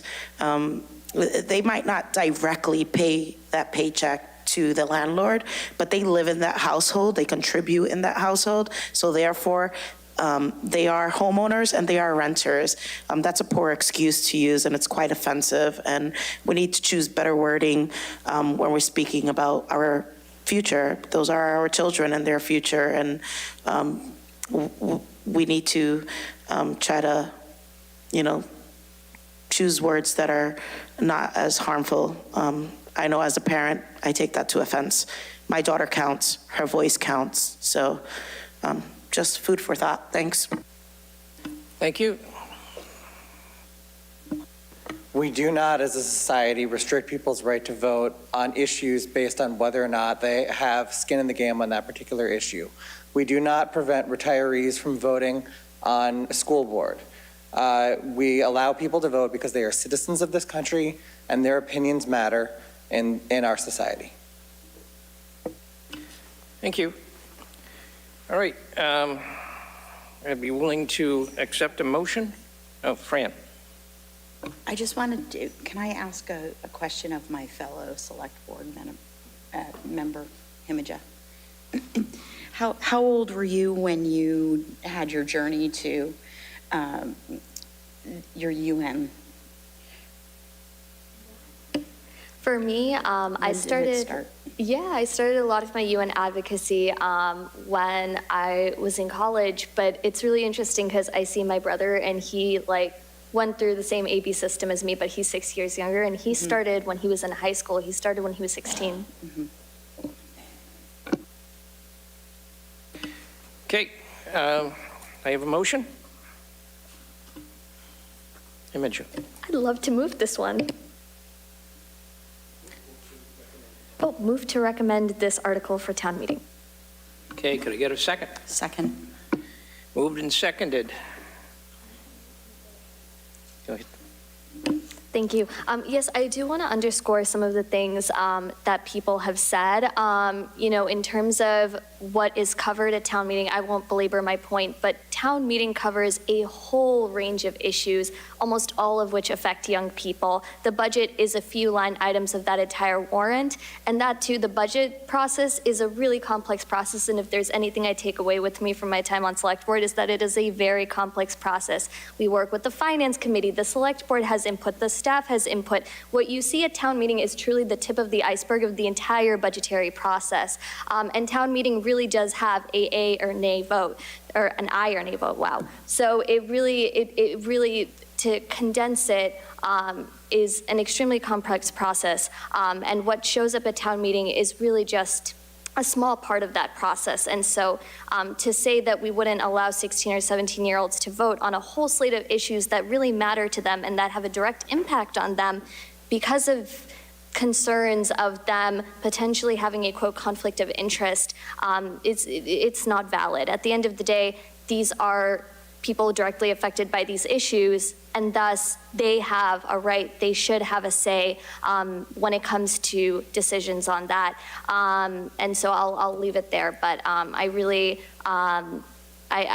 grateful for the people who stood up and really recognized the importance and value of having young people at the table and having young people be given a say on things that directly impact their everyday lives. Thank you. So we have a motion, we have a second. All in favor of the motion, please say aye. Aye. Aye. Opposed? Nay. Abstentions? Okay. Article 35, Home Rule Petition, Ranked Choice Voting. Who wants to take this one? Jim. I'm the selectman assigned to this one. I can say a little bit, but I do see that Sam's in the audience, who prepared the video for ranked choice voting. It might be very helpful to hear from him. I've learned most of what I've learned recently about ranked choice voting has been through conversations with Sam.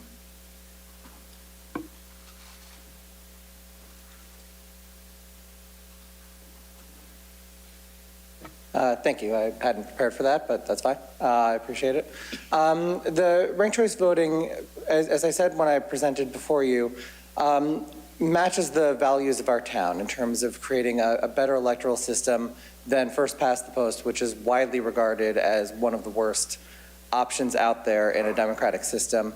It leads to, the current system leads to all kinds of election gaming where people are worried that a candidate that they may like, they may want to discourage from running because they're worried that that candidate might be a spoiler in a race. Whereas if we have ranked choice voting, that's not an issue. It leads to greater diversity, of candidates and election winners, greater civility in the elections, all the kinds of things that matter a great deal to our town. We've also seen that the ballot itself, which has been used around the country and around the world, is relatively simple to fill out. The same machinery, this is something that I testified about before the Finance Committee, which I was not aware of when I spoke to you. The system that we have currently with the current election machines that we already purchased as a town already are capable of handling this system. They already reject ballots with errors, and that exact same system would do the same thing here, where it gives people a chance to correct any mistakes that they've made, exactly the same as it does now. The ballots do not lead to a greater number of voter errors. In fact, they lead to a more expressive ballot where people are more able to fully express their opinions in a given race. And ends up not being any more complicated for people to fill out the ballot. It ends up not being any more complicated for the ballot counting. In fact, the software that we would be purchasing along with this would make counting the ballots much simpler, both with regard to ranked choice voting ballots, as well as because the software is better than what we're using now in our error-prone process that involves copying tallies from one place over to another in a spreadsheet. That process, whether we end up with, for all elections, ranked choice voting or not, would be considerably simpler and would lead to fewer errors overall. Yeah, for all of those reasons, people like yourselves who've heard all of this and who've seen all of this, having your endorsement would be enormously meaningful. The system, there's a lot of math involved in explaining how it works, and it gets kind of complicated when you're explaining it initially. That is why there's lead time and opportunity to explain it to people. But in the end, the actual process is fairly simple to use on both the user end and the back end. And having an endorsement from a body like yourselves that has seen that and can reassure people on that basis that it is something that you would recommend rather than just place on the ballot would be meaningful and very helpful. Thank you. Thank you. Other comments from members of the board? David. So I think this is definitely applicable to us. I know of cases where people have been worried that for select board races or school committee races, if two people with about the same point of view run, then it splits the population of people that might vote for them. Even if it might be a majority, it's then halved, or roughly halved, and the people with that point of view don't get, their candidate selected. So sometimes, as someone said earlier, people are discouraged from running. If someone with a similar point of view is already in the race, they say, don't run, because you'll cause the other person to lose. So I think this is applicable here, and we already know that the town is in favor of this for elections statewide, so it kind of puts the town on record as, being, as practicing what we preach. Thank you. Thank you. Other comments? Well, my observation on this is that, we did have a statewide vote on this. I know Acton voted in favor of it, but the rest of the state did not.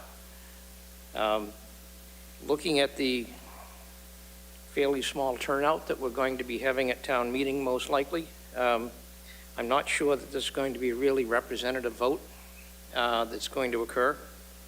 And for that reason, because this is territory we've already gone over on the state basis, I will be voting against this. With that, I'll entertain a motion. Okay. Online, please.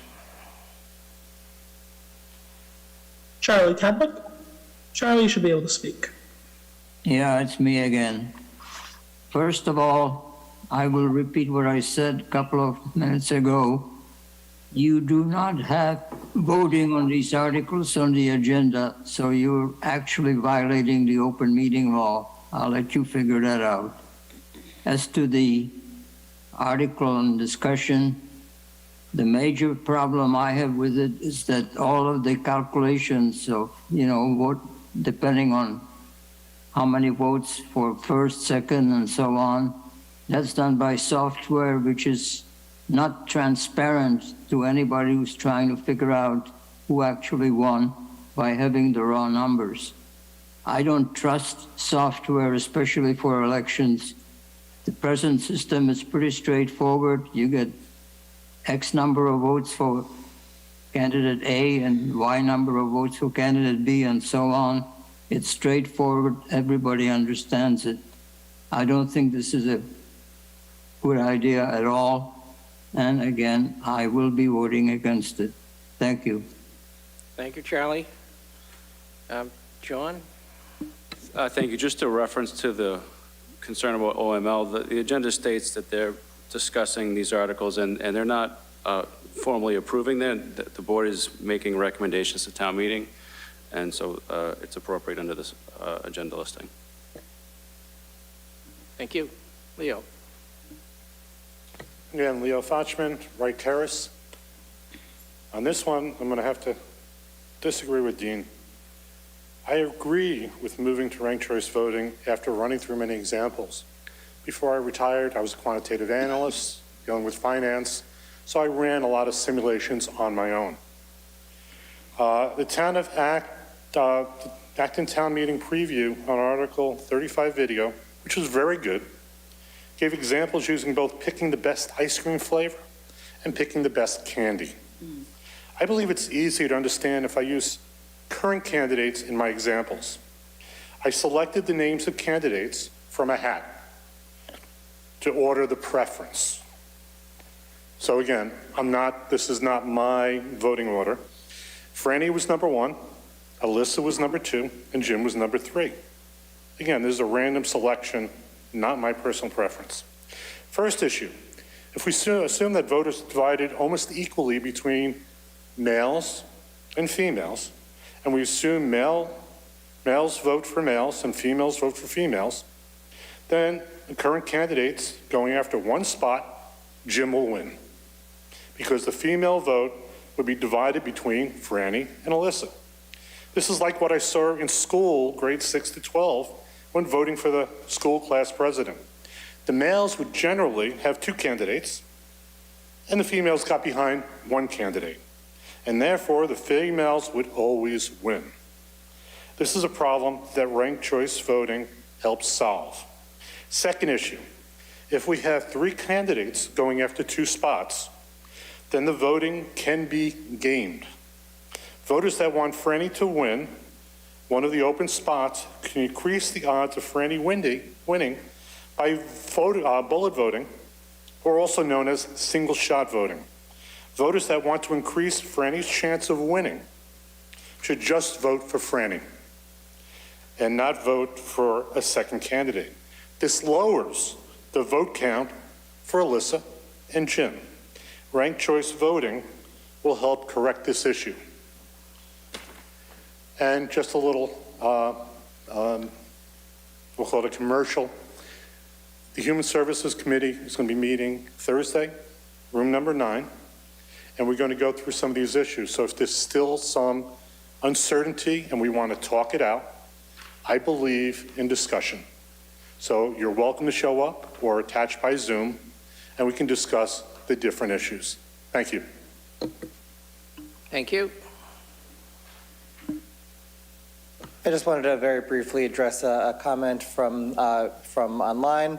The raw ballots are released in this new system the same as they are right now. It is very easy to check the math on a spreadsheet yourself. I imagine that in any election, every single candidate and probably several members of the public will all independently check the math to make sure that the results are as they're supposed to be.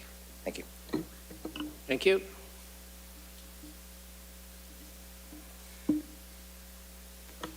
So I just have a question, Darlene Doughty from Pheasant Hill in Acton. If ranked choice voting is agreed upon and is voted for, when does it happen? Would it be for the next election? Jim?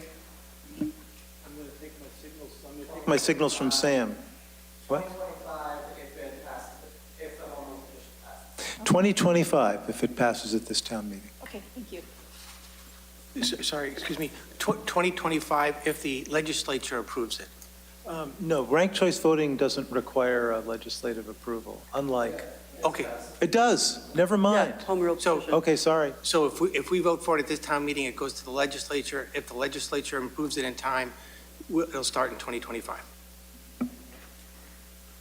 Okay, Thank you. Tara again.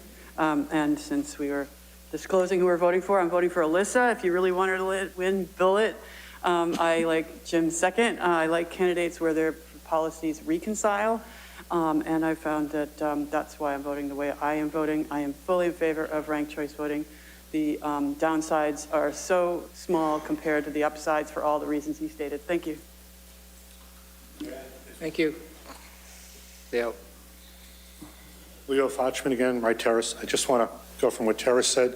No, that was not who I'm voting for.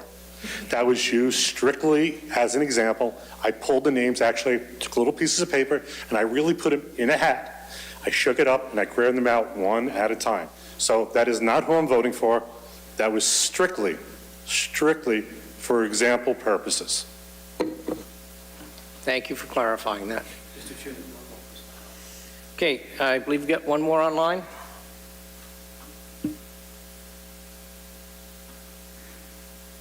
Yes, Leela, you should be able to speak. Hello, Leela Ramachandran, Arborwood Road. Just a small point. I think the point of like our town meeting isn't representative of the town, so we shouldn't make this change. Our town meetings and our elections are very rarely. I'm not actually aware of any where they were representative. And so I just don't think that that's a valid argument to put off voting yes on ranked choice voting. Thanks. Okay. Thank you. Okay. In defense of Charlie, if these articles were controversial, or I thought that the votes would change between now and when they were posted as for a vote, I would agree with him, but as far as I'm concerned, these weren't controversial recommendations. They were going to vote the way they're going to vote. Thank you so much. Thank you. All right, I think we have a motion and a second. Somebody refresh my memory. Okay. But I will make a motion. Okay, let's have a motion. I think I already moved and then. Oh, you did? Yeah, seconded, and then we have to. We got lost there. Actually, no, wait, no, No. you're right. We have not moved. You moved. I second. You're right. I move to petition the state. Recommend. To recommend to town meeting for Article 35, the home rule petition ranked choice voting. And I'll second that. Okay, moved and seconded. All in favor, please say aye. Aye. Opposed? Nay. Abstentions? Okay, thank you. All right. Item 8. Announcement of call for logo submissions to commemorate the 250th anniversary of the commencement of the American Revolution. And there we have, so the Acton 250 committee has been hard at work planning some events for a couple of years surrounding the start of the revolution and the signing of the Declaration of Independence. We're going to be looking for a logo. So we've got about a 6-week window of opportunity for folks to submit their suggestions. Within probably 4 or 5 days, there will be more details on the town website, but we hope this will be an interesting, fun, and sort of inclusive opportunity to come up with a logo that can be used on memorabilia and all of our public communications.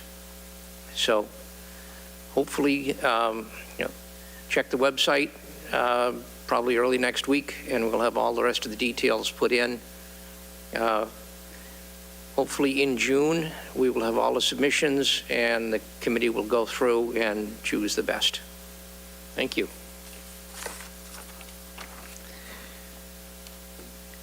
Item 9, approve recommended next steps for 3 and 13 School Street disposition. Proposal from Redgate. John. Thank you. So over the last several years, the town, under the guidance of the Select Board, has been working to identify reuse plans for the former fire station and former civil defense building located on 3 School Street, which is a corner, right on the corner there, next to the bridge near the train tracks. And after multiple attempts to identify a buyer for that property, or even someone that wanted to take it for use that the board supported, we found that it was not feasible. There wasn't interest in that building, mainly because of it's a small lot without any parking, and it was limited to what people could do with it. And it also requires a substantial investment because of its condition. So over the last year, we've worked to actually add the underutilized parking lot that's just down the street from it, to include that in the potential opportunity.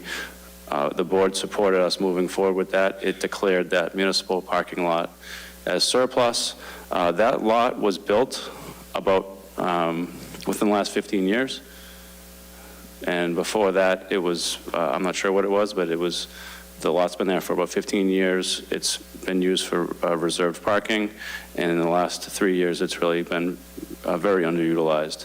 So that brings us to the request for interest, where we published to the community and to the Central Register calls for development interest. We received a few proposals from nonprofits and a few other folks who wanted to use those two properties. And with the support of the board, we prepared an RFP. The RFP laid out specific things that the town was looking for in disposing of these two properties. And with that request for proposals, we received one company that responded to the proposal. The proposal itself, I believe, is uploaded to the board's packet. A group of staff and residents met within the last few weeks to review the proposal and have made a recommendation, which is also included in your packet. The proposal is from a company called Redgate, and it would be to create a mixed-use project, adding 25 units of 2- and 3-bedroom rentals, and also creating a cafe space and a potential co-working office space in the old Civil Defense building. This would also include changes to access to the train tracks, to the train station rather, which was included in their proposal.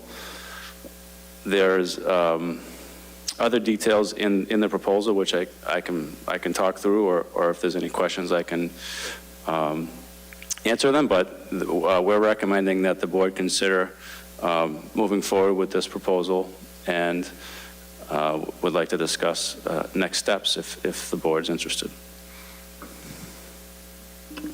Thank you. I was one of the individuals involved with reviewing the proposal, and it's a very exciting proposal. I think it will go a long way towards rejuvenating South Acton Square, which is really in tough shape. I don't think anybody will dispute that. The lot at 13 School Street, which is now a town parking lot, originally was taken for back taxes. It's the location of the old South Acton train station, which became an illegal rooming house and then burned down, and then the building the site sat there as a wasteland for years. I think a couple of the things that I've seen about the proposal, and I'd encourage the public to take a look at it through the town's packet.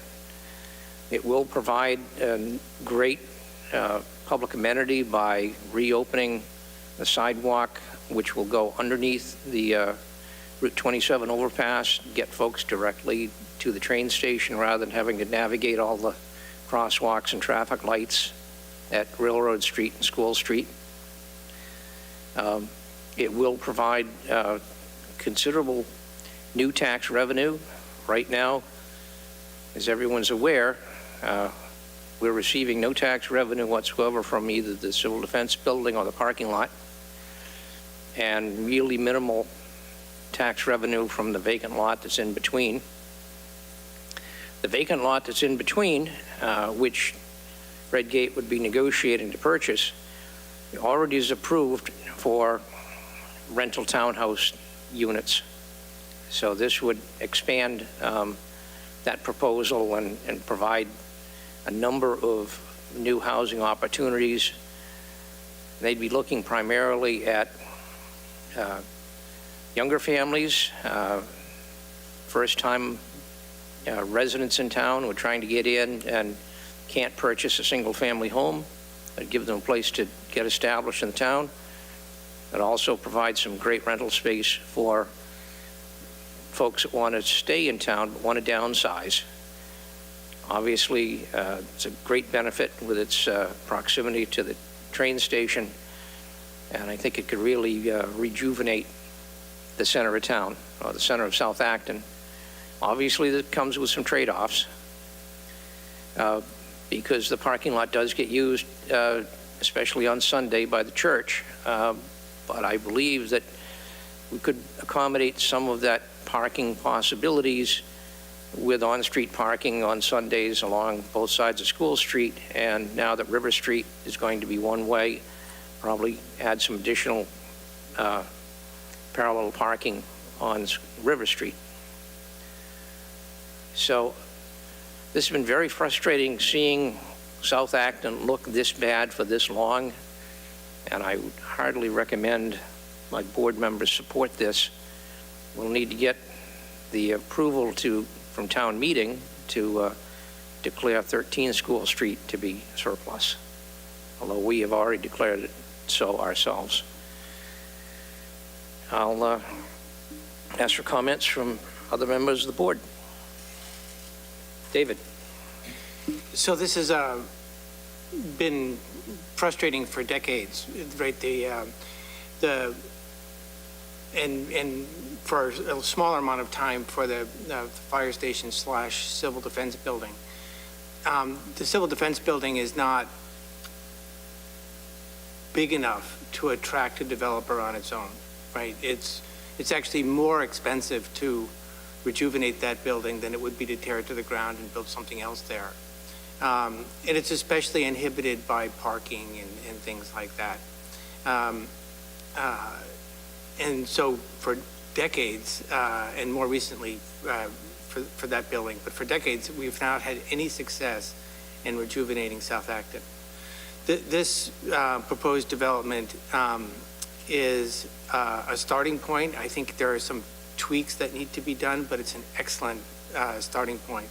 The developer is willing to support a restaurant business in the civil defense building, either a cafe or some other kind of restaurant business, support them for some years until they get established. This could be the spark of a few businesses in the South Acton Village area. And it also adds the public amenity that Dean referred to, that to allow people to connect to this train station under the railroad bridge, so you don't have to cross Main Street. People used to do this a long time ago, informally. The new railroads, the new train station with high platforms made that more difficult. But it really would be a nice amenity, and not only does it allow access there, but it also allows for the parking in Railroad Street to be used by potential businesses in South Acton. So the other way people could park in Railroad Street, especially on the weekends, and go to the restaurant or something on the other side. So I think this is an excellent opportunity. Mr. Chair, could I ask your indulgence, and could I show the meeting members a photo? Because I think people would be interested here. 1 second.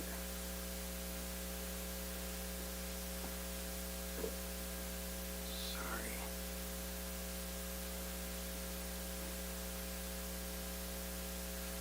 I noticed Mr. Clower walked in.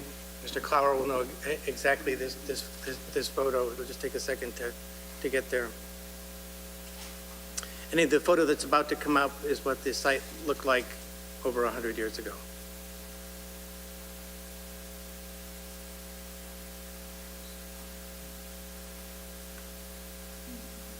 So I ask people to please notice the hats on the women in this photo. And Mr. Clower can correct me if I'm wrong, but I believe this photo was taken in 1892.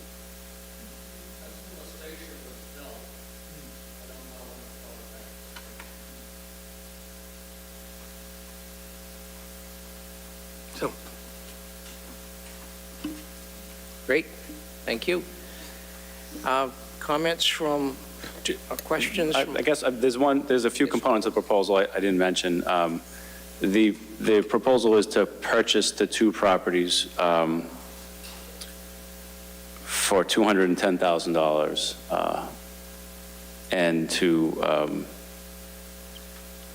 and so if the board wants to move forward, next steps would include discussing a purchase and sales agreement.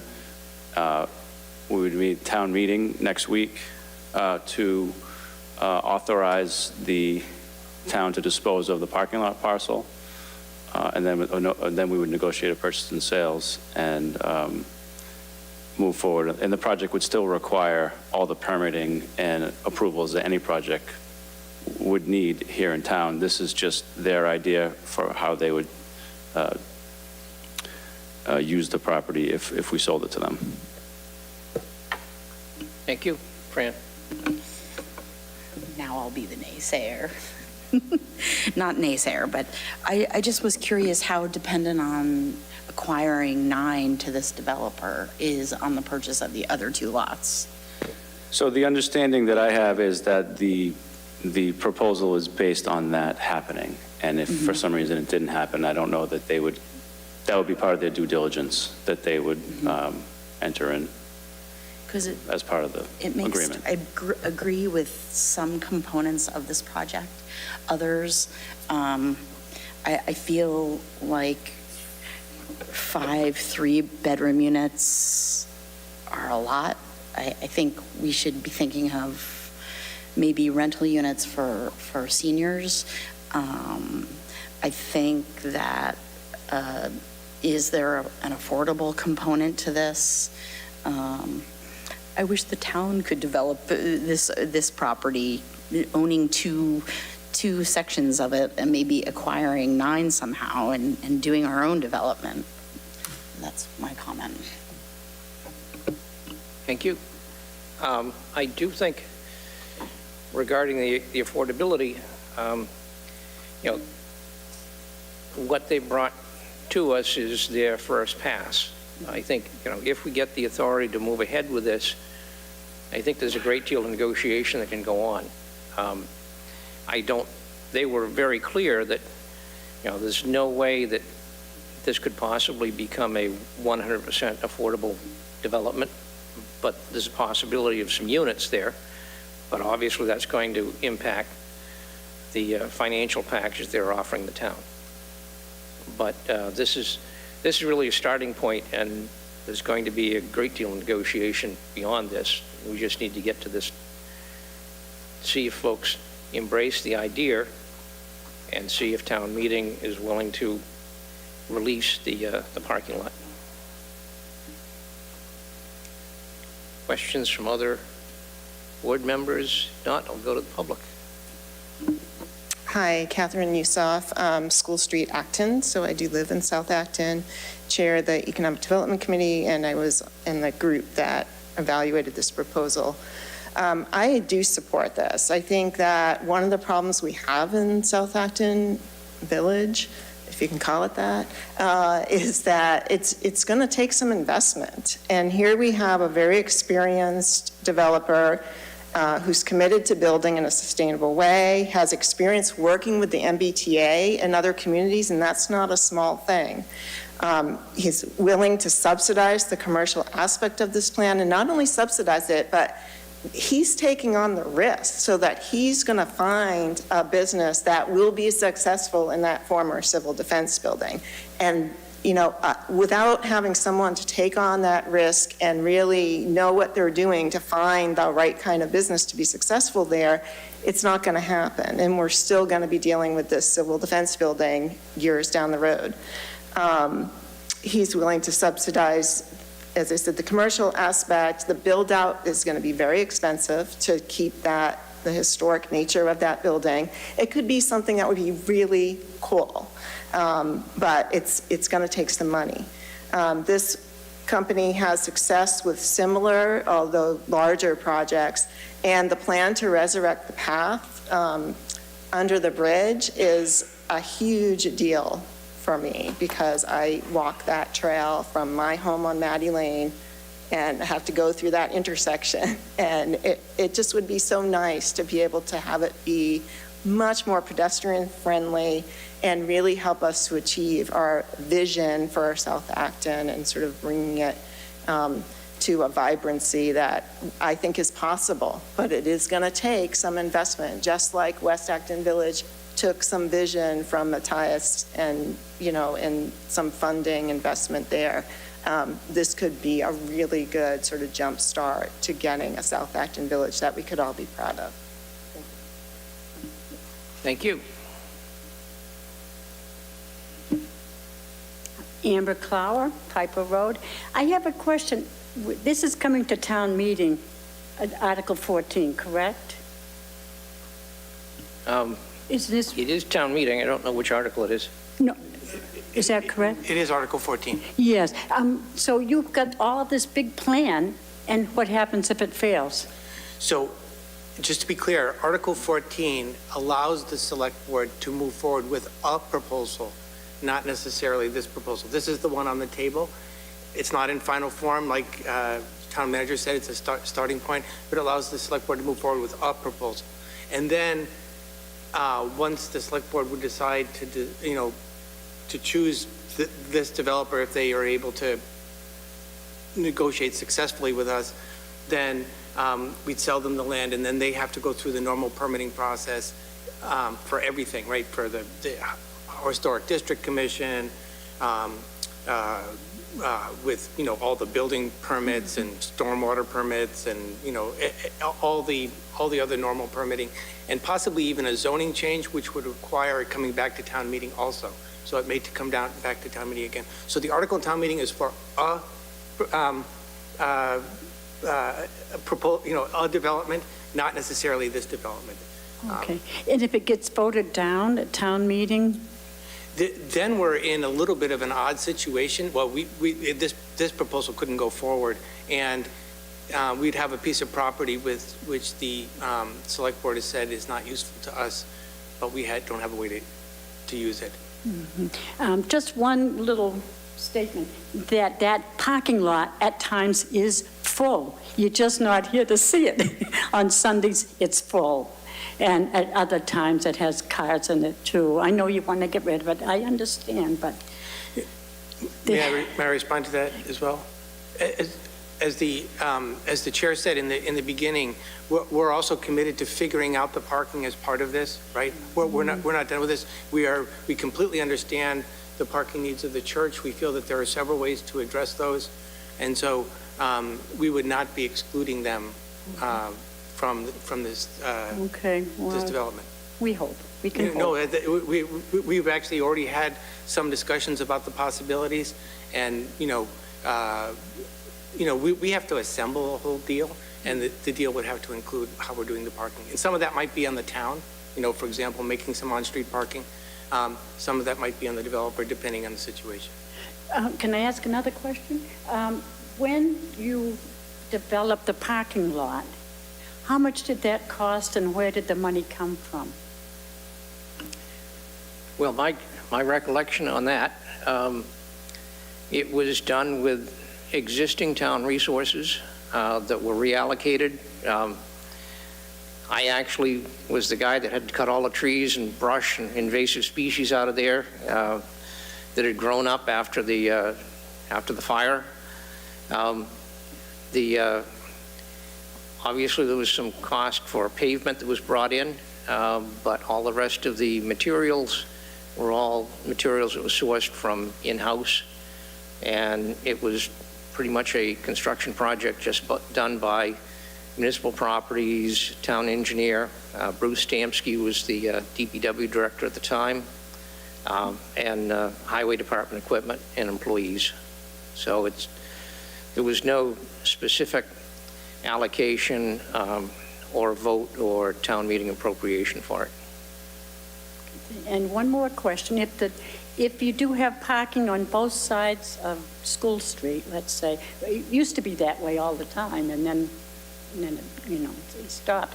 Could the ladder truck get down the street well enough? It's kind of a tight squeeze, I would think. Obviously,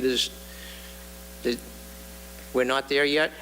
Right. We've got, a lot of study to do on this to figure it all out, but our Public Works Director did a quick look and looked at the turning templates and felt that it was something that was possible to do. So more to come on that. Thank you.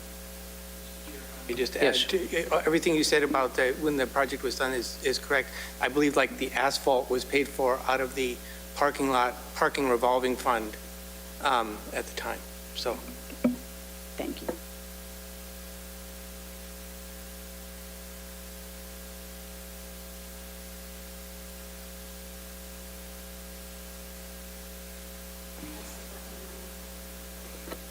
Bill Clava, same address as Amber. We acquired that piece of property, as I recall, from unpaid taxes. Does anybody have any idea how much Perazzo had run up on our bill when we acquired it?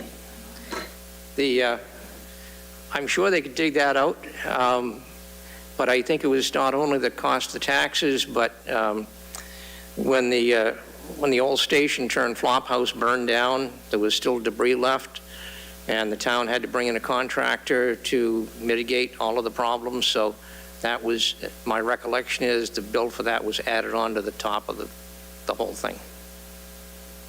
Thank you. It's substantial, I think. It's quite substantial.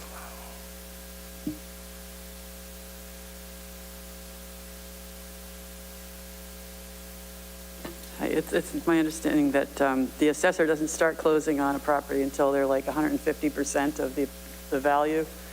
Anyways, so yeah, I agree that this could be really cool. I love the idea of mixed use, but 90%, 95% residential market rate is, to me, a waste of carbon footprint. It's a waste of the parking that these folks need. I understand that the 4-story variance idea won't even fit in zoning. I think this is really a great effort, but it's not baked. It's not baked well enough to come to a town meeting vote. There's too much up in the air. What happens with the parking, affordability.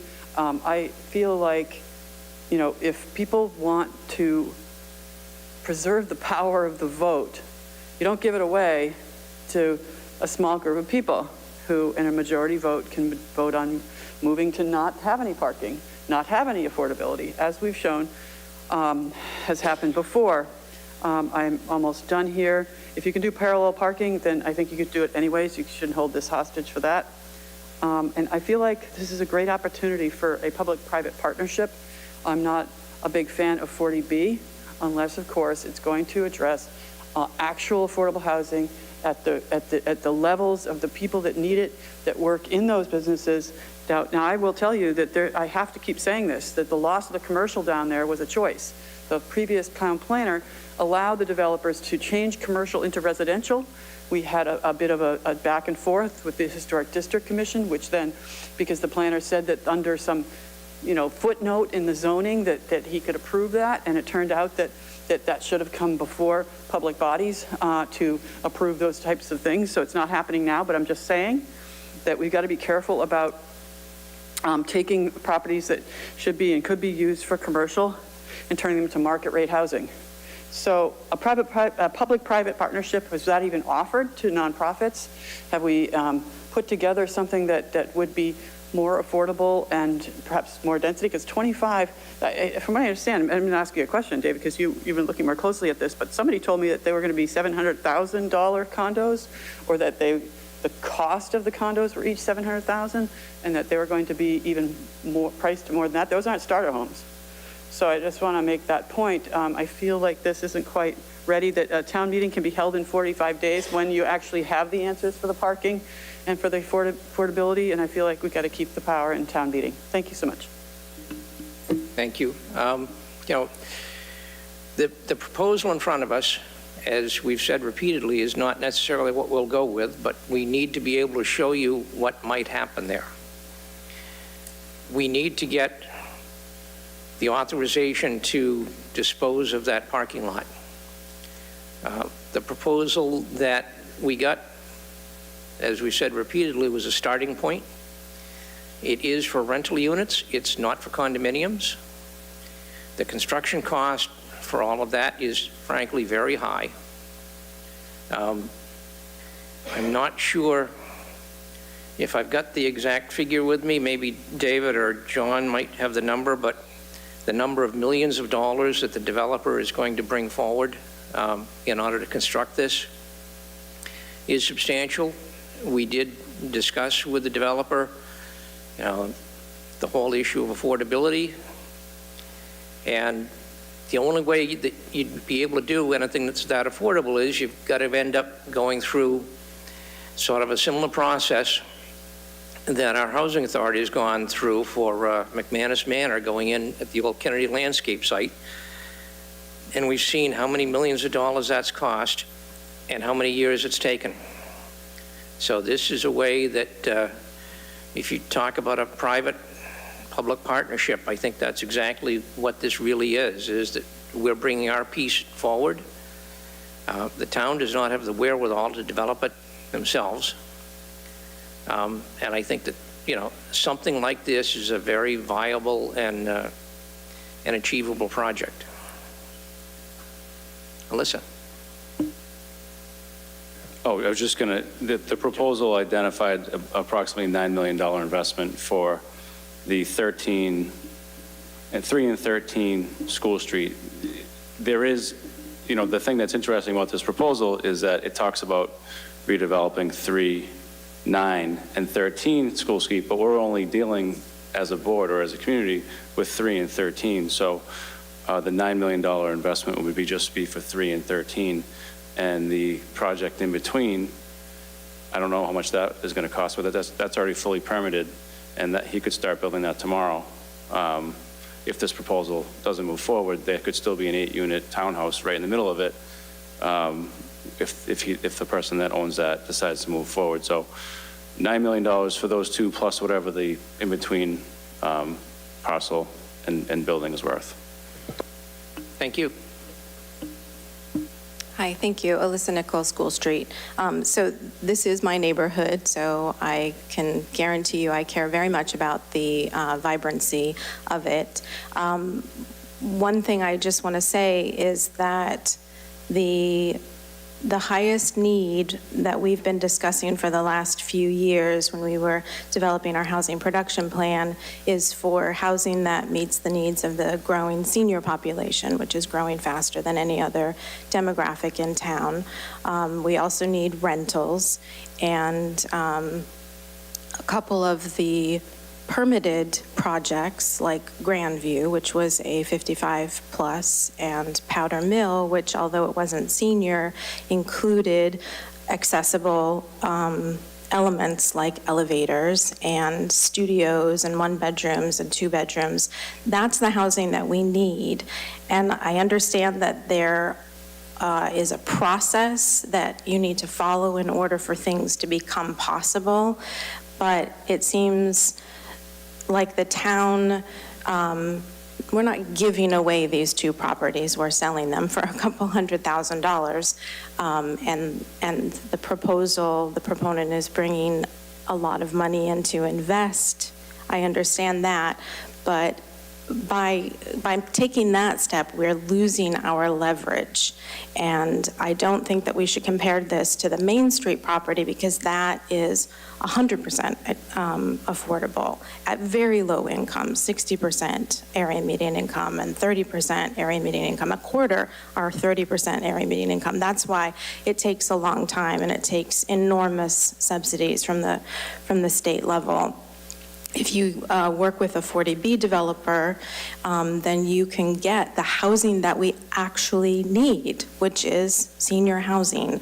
And when we say mixed use, people in town think of that as something like what's in West Acton Village. Not the Village Works, but on the other side of the street where you have businesses on the first floor, housing up above. We have that actually in South Acton at the post office.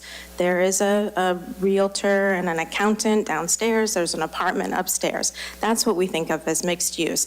And when there's a proposal that comes forward for 3-bedroom apartments, which is, you know, not the critical need.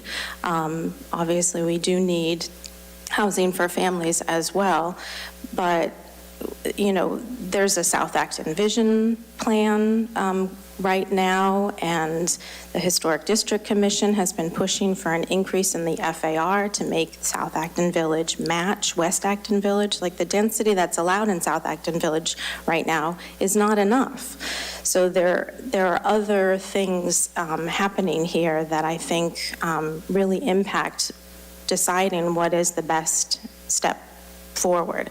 And if you have 25 housing, even if it's not this project, even if you are negotiating and end up with something else, when the public is brought a proposal for a cafe in the old fire station, but there's no parking there, we're thinking that it's going to sit there as an empty shell, or the proponent is going to come back and say, we can't do this, this isn't viable. The church needs parking, the commuter rail may eventually need parking, so if you have senior housing, you don't need that many parking spaces, because you have, you know, if you have studios, if you have 1-bedrooms, if you have senior housing, then you have less need for parking. So I just think that we're giving away a lot of leverage and a lot of control over what we can build there if we do this really quickly and we don't go through the visioning process and, you know, maybe make a change to the FAR in South Acton Village and keep a hold of those 2 parcels so that we can get the housing that we truly need, the commercial that will actually be viable. Thanks. David. So I completely agree that we could get a different kind of housing there, but then it would be just housing, right? So we could, you know, so if we could turn down this proposal and someone might propose to build a 40B there, and that would be fine.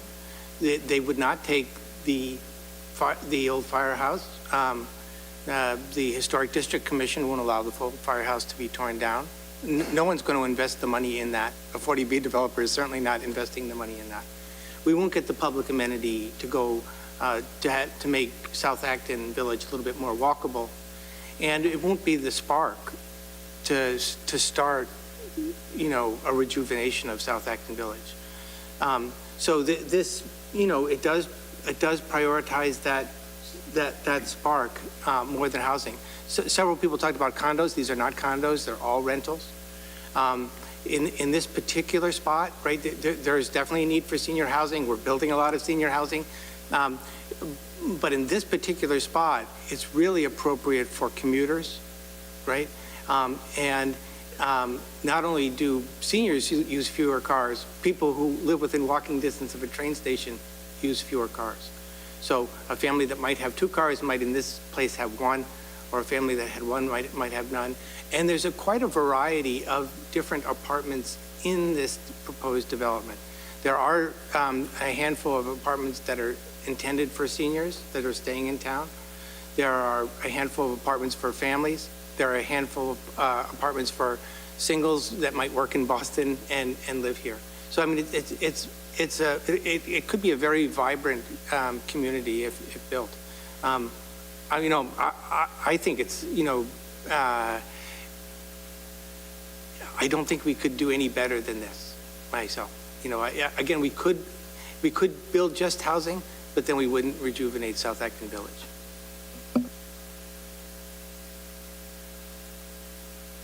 Hi, Franny Osmond, 16 Half Moon Hill. I just have to say I'm super excited. I actually really agreed with everything Catherine said. I think it could transform the area to reconnect under the bridge. I think it would be much more powerful than we even can imagine.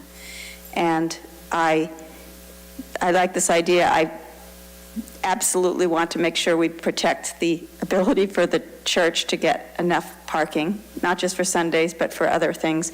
But it seems to me that that's something that sounds like it could be worked out with street parking and everything, and it will be so connected to Railroad Street. It's so easy to get there once you can go under. So I'm very excited about this opportunity. Thank you. Hi, Tarragon. Just to state that the on-street parking, the under the bridge, that stuff we can get anyways. Saving the civil defense, we can get that anyways. I feel like we need to try again one more time, put out an RFP to nonprofit developers, CDCs, the Community Development Corps, and say that this is a welcome list. What is it called? LISP, the Local Initiative Program. Thank you. So, go ahead. So we've been trying for years to do the old fire station with no success. We had, the only nibble we had was as a habitat project, and that could become a house, right? But other than that, there have been no nibbles at all, and we've tried several times. I'll just reiterate what David has said, is that we're through the RFI process. We didn't identify anyone in the way of the nonprofit sector that was interested in this site. It's actually a very expensive site to work with. And in the RFP process, we got exactly one. So I think, you know, there's not a huge line of people waiting to invest money in this. And as we've said, we're not sure this is going to be the deal, but we need to have the ability to move ahead with something and make some disposition of that parking lot. Otherwise, we'll be here a year from now getting ready for the next town meeting, asking for the same thing. Fran. I just have a quick question in that. So really what we're looking at is disposing of the parking lot and the civil defense building now. That's what we're here for. When would the zoning change happen? That would have to be subsequent to all this. It's not going to be a town meeting. There's going to be a long process. I mean, you know, we're looking at stuff that's going to happen a year down the road. We just need a starting point. And the civil defense building already has been voted by the select board and by town meeting to declare it surplus. It's just this next piece that we need the authority so that we've actually got some cards we can play with. Jim? Yes. No, Jim was going to say something. No, Jim. Thanks. In partial answer to Fran's question, this discussion is actually not about whether we're going to recommend or not that article. We've already voted to recommend that article. This is about whether we want to direct the town manager to proceed, you know, after a town meeting vote, if it turns out as a yes vote, to proceed to, you know, continue the negotiation. So that's really what we're looking at today. And in terms of my general thoughts about this, you know, I'm very hit by the two items that are not rated as advantageous, but I'm weighing that against all the other items that are advantageous. So, you know, the parking and the lack of affordable housing, or deeded affordable housing. I'm somewhat persuaded by the notion that the town will continue to take this into the parking needs into account. I feel like that's been, you know, you have a sincere desire to do that, and there are some ideas you have, so that's very helpful. The thing about the affordable housing, the way I'm thinking about it to myself is that in addition to seniors, there's a need for housing for the people that work in Acton that can't afford to live in Acton yet. And having, you know, these additional rentals of, you know, moderately small apartments. These are 1,400 square feet. They're not tiny, but they're going to be in the range that can be affordable to a lot of workers in Acton who are not able currently to find housing because there's such a shortage.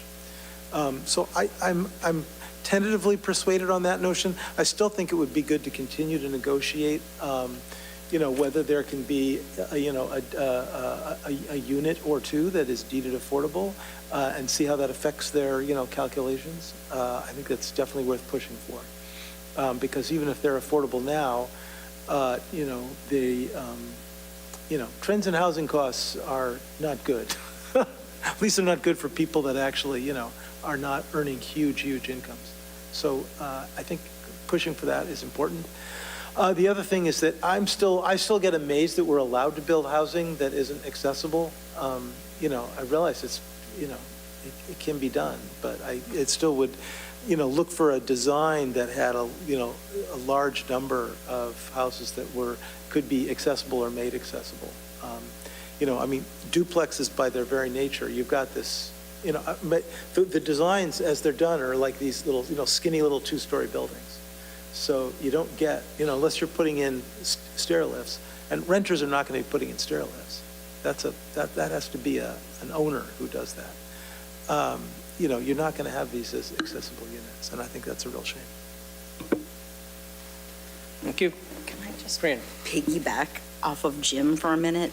In that brand new unit, 3-bedroom units, rentals can be anywhere from like $2,800 to $3,500 per month. So I don't know if that's super affordable for workers in Acton. Just my last comment. Kate.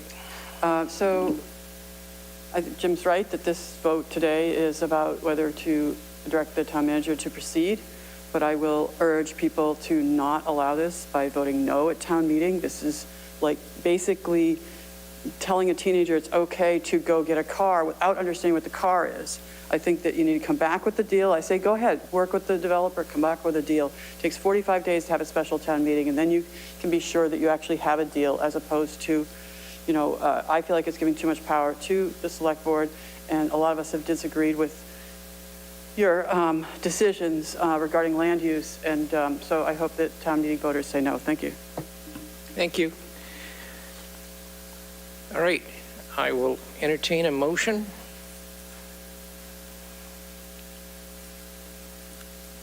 Okay, well, David? Can I just discuss the motion for a Sure. second? Do we want to direct the town manager to continue the negotiation process with the developer to try to get the best deal, including some of the things we've talked about here today? Does that sound reasonable to you, John?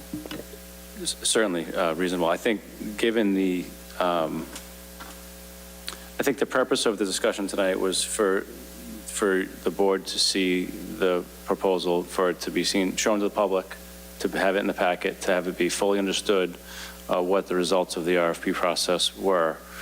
If the board is comfortable with this and wants to say move forward right now, let's do it. That's fine. If the board says this looks good, but I have some concerns, let's see what happens at town meeting, that's fine too. But I just think that we wanted to make sure that we didn't go to town meeting next week without having this conversation, because then there will be a lot more of unknowns, and we're trying to have as many knowns as possible.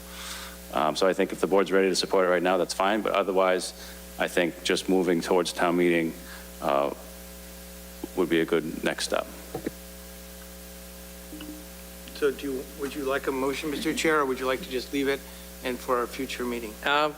Why don't we get a motion now? I suspect that probably the town manager is otherwise occupied and won't be moving on this before town meeting anyway. But I would like a motion to ask the town manager to follow up with the applicant and negotiate and keep the select board appraised of where the negotiations are going. So moved. Okay, can I get a second? I'll second. Okay, moved and seconded. All in favor? Jim? One last comment. We had interestingly different comments from our two select board candidates. So another reason to wait on actually, formulating a more detailed motion for the manager is to have the new board, on board so they can, discuss it in case we want to give the manager, any particular, focus areas to work on in the negotiations. Fran? I just want to point out what we all are in agreement about is that the revitalization of that area of South Acton. So we all agree on that.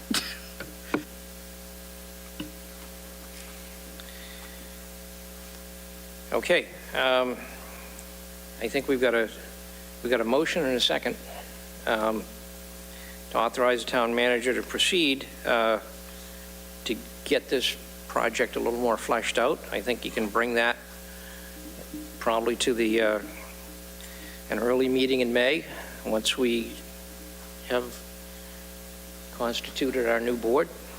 Imogen? Do we want to amend the motion to say contingent on town meeting and the approval of that article, or? It has to be contingent anyway. By default, it's contingent, yeah. okay. Okay. So all in favor of authorizing town manager to proceed and come back to report to the select board with any progress he's made at the earliest meeting in May? Please say aye. Aye. Aye. Aye. Opposed? No. Abstentions? Okay. John? Thank you.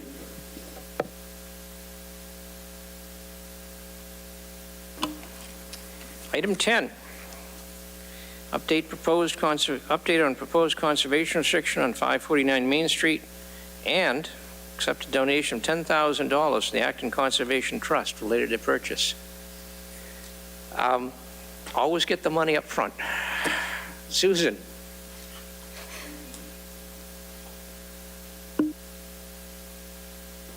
Susan Mitchell-Hart, 328 Pope Road, President, Acton Conservation Trust. Dean, thank you for the opportunity to publicly show the Acton Conservation Trust enthusiasm for this project by making a donation to offset the purchase of the permanent conservation restriction from the Water District. As you said in your wonderful preview over YouTube of Article 10, 549 Main Street, this land has been top of the Open Space and Recreation Plan priority list for years.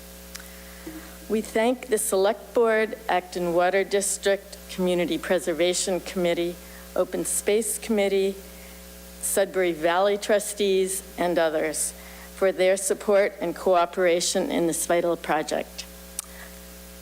With gratitude, ACT members and trustees. Thank you. As always, the support from the Conservation Trust is most appreciated. Helps us put us over the top. I'd also like to take the opportunity, and I'll acknowledge this again at town meeting, that the purchase price of this parcel of land, the Conant family actually has accepted an offer from the Acton Water District at below the appraised value, to the tune of over $500,000. So certainly we appreciate the donations from everybody, including the Conant family, and their support of the entire project. Hopefully it will go forward unanimously at town meeting.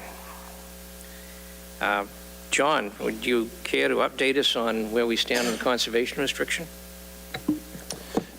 Yes, thank you. We have been discussing the conservation restriction that we will hold, or that we're proposing to hold with the Water District. It's actually being discussed by the Conservation Commission later this week, because they are actually they're a party to it as well, and they'll be forever responsible for it. So they're going to look at it and provide any feedback, and hopefully it'll be something that we won't have it completed by town meeting, but it's in pretty good shape at this point, and it should be ready when it needs to be this summer. Great, thank you.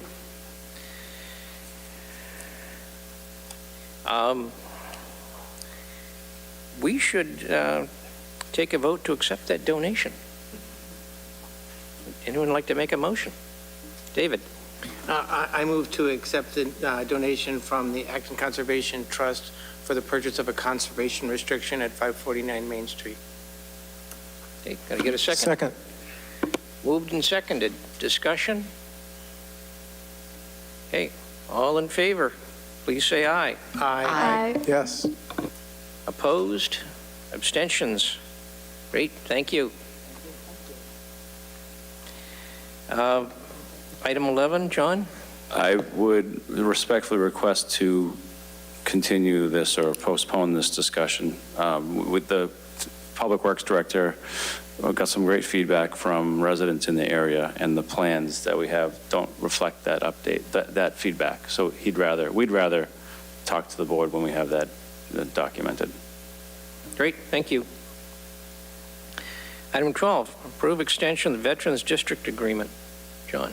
Thank you. So in 2020, we started a regional project with the town of Boxborough to have Boxborough utilize the services of our Veteran Services Officer, James McCrae. He's actually a district director now, officially recognized by the state, and it's a 3-year certification.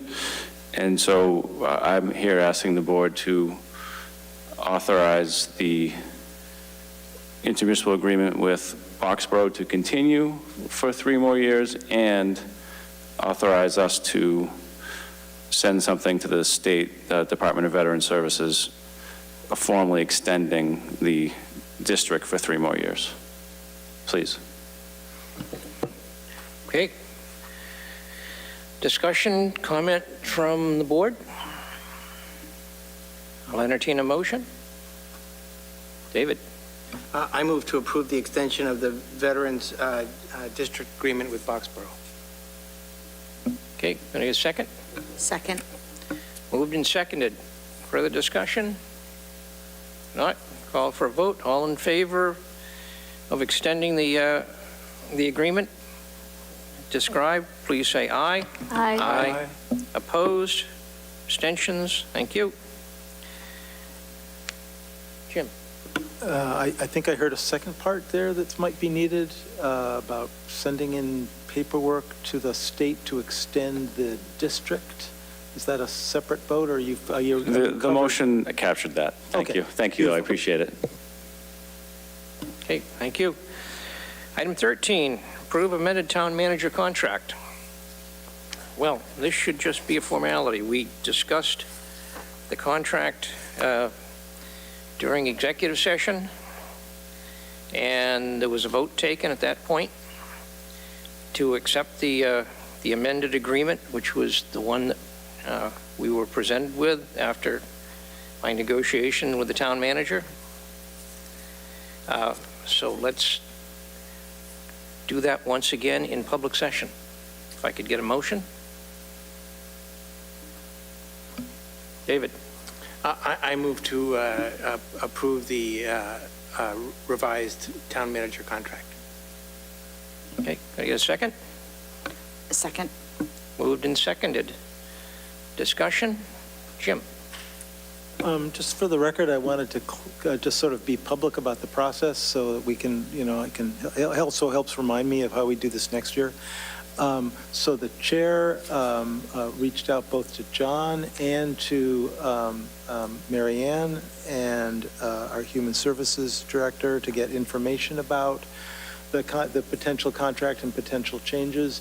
You sat down and reviewed them with John and negotiated a tentative agreement, which we reviewed, and then we discussed the pros and cons and, battled it out and voted unanimously in favor of the contract that you had written.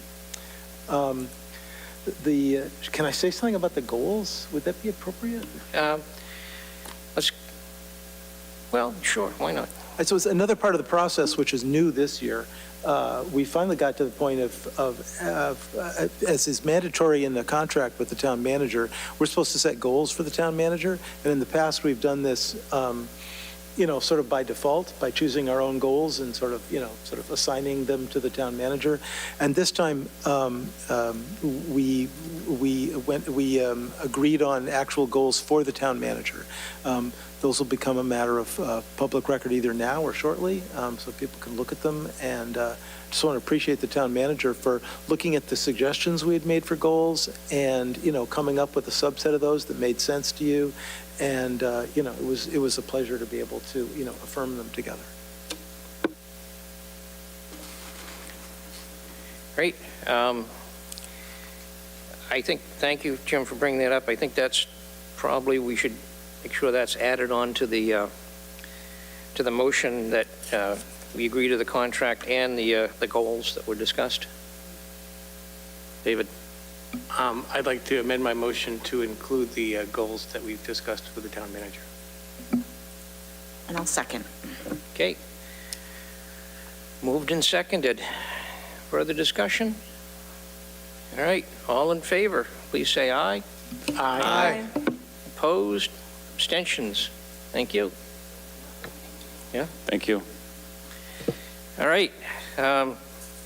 Consent items. Item 14, approved meeting minutes, March 20th, April 10th, 2023. Item 15, Middlesex County Retirement Board request to increase one-time COLA increase. Item 16, approved refund request from Cemetery Division for $2,000 on 2 unused cemetery plots from Fran Simeone. Okay, hold 15. Okay. Item 17, approve multiple one-day liquor licenses, Boston events, Narrow Park Summer Concert Series and events. Item 18, approve Farmers Market winery license, Aaron Knapp Cellars for the 2023 Acton Boxborough Farmers Market. Item 19, approve Farmers Market winery license, House Beer Brewery for the 2023 Acton Boxborough Farmers Market. Item 20, accept donation from the Silver Unicorn for $50 towards the Acton Pride Festival. Item 21, accept donation from Acton Ford for $3,000 to support the 2023 Summer Concert Series and special events. Item 22, accept donation from Burton's Grill and Bar for $250 to support the 2023 Summer Concert Series and events. Item 23, accept donation from Marion Lezak and David Martin for $250 to support the Acton Pride Festival. I'd like to hold that as well, please. Okay. Item 24, accept donation from John Palmer Moving and Storage / Bigfoot Moving and Storage, Inc. for $2,000 to support the 2023 Summer Concert Series and special events. Item 25, approve a one-day liquor license, 14th District of Freemasons of Massachusetts, Narrow Park Picnic Pavilion, July 23rd, 2023. Item 26, approve a one-day liquor license, Danny's Place, Narrow Park Pavilion, May 20th, 2023. Item 27, approve a one-day alcoholic beverage license, Russell Moran, Narrow Park Bathhouse Pavilion, June 24th, 2023. I'll accept a motion to accept items 14, 16 through 22 inclusive, 24 through 27 inclusive. So moved. I got a second? Second. All right, all in favor of those consent items, please say aye. Aye. Opposed, abstentions? Okay, back to item 15, David. This has been delayed a couple of times due to their work on town meeting articles and things like that, but the FinCom is on the FinCom's agenda to discuss tomorrow. I would like us to wait on and take no action tonight on item 15 and put it back on the agenda for May 8th. Okay. All in favor of that being pushed back to May 8th, please say aye. Aye. Opposed, abstentions? Item 23, David. I just want to abstain from that. That's all. Okay. All in favor of accepting a donation from Miriam Lezak and David Martin for $250 to support the Acton Pride Festival. Please say aye. Aye. Opposed? Abstentions? Abstention. Okay.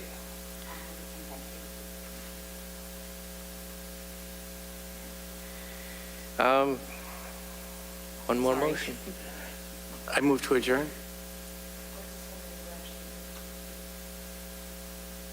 Pardon me?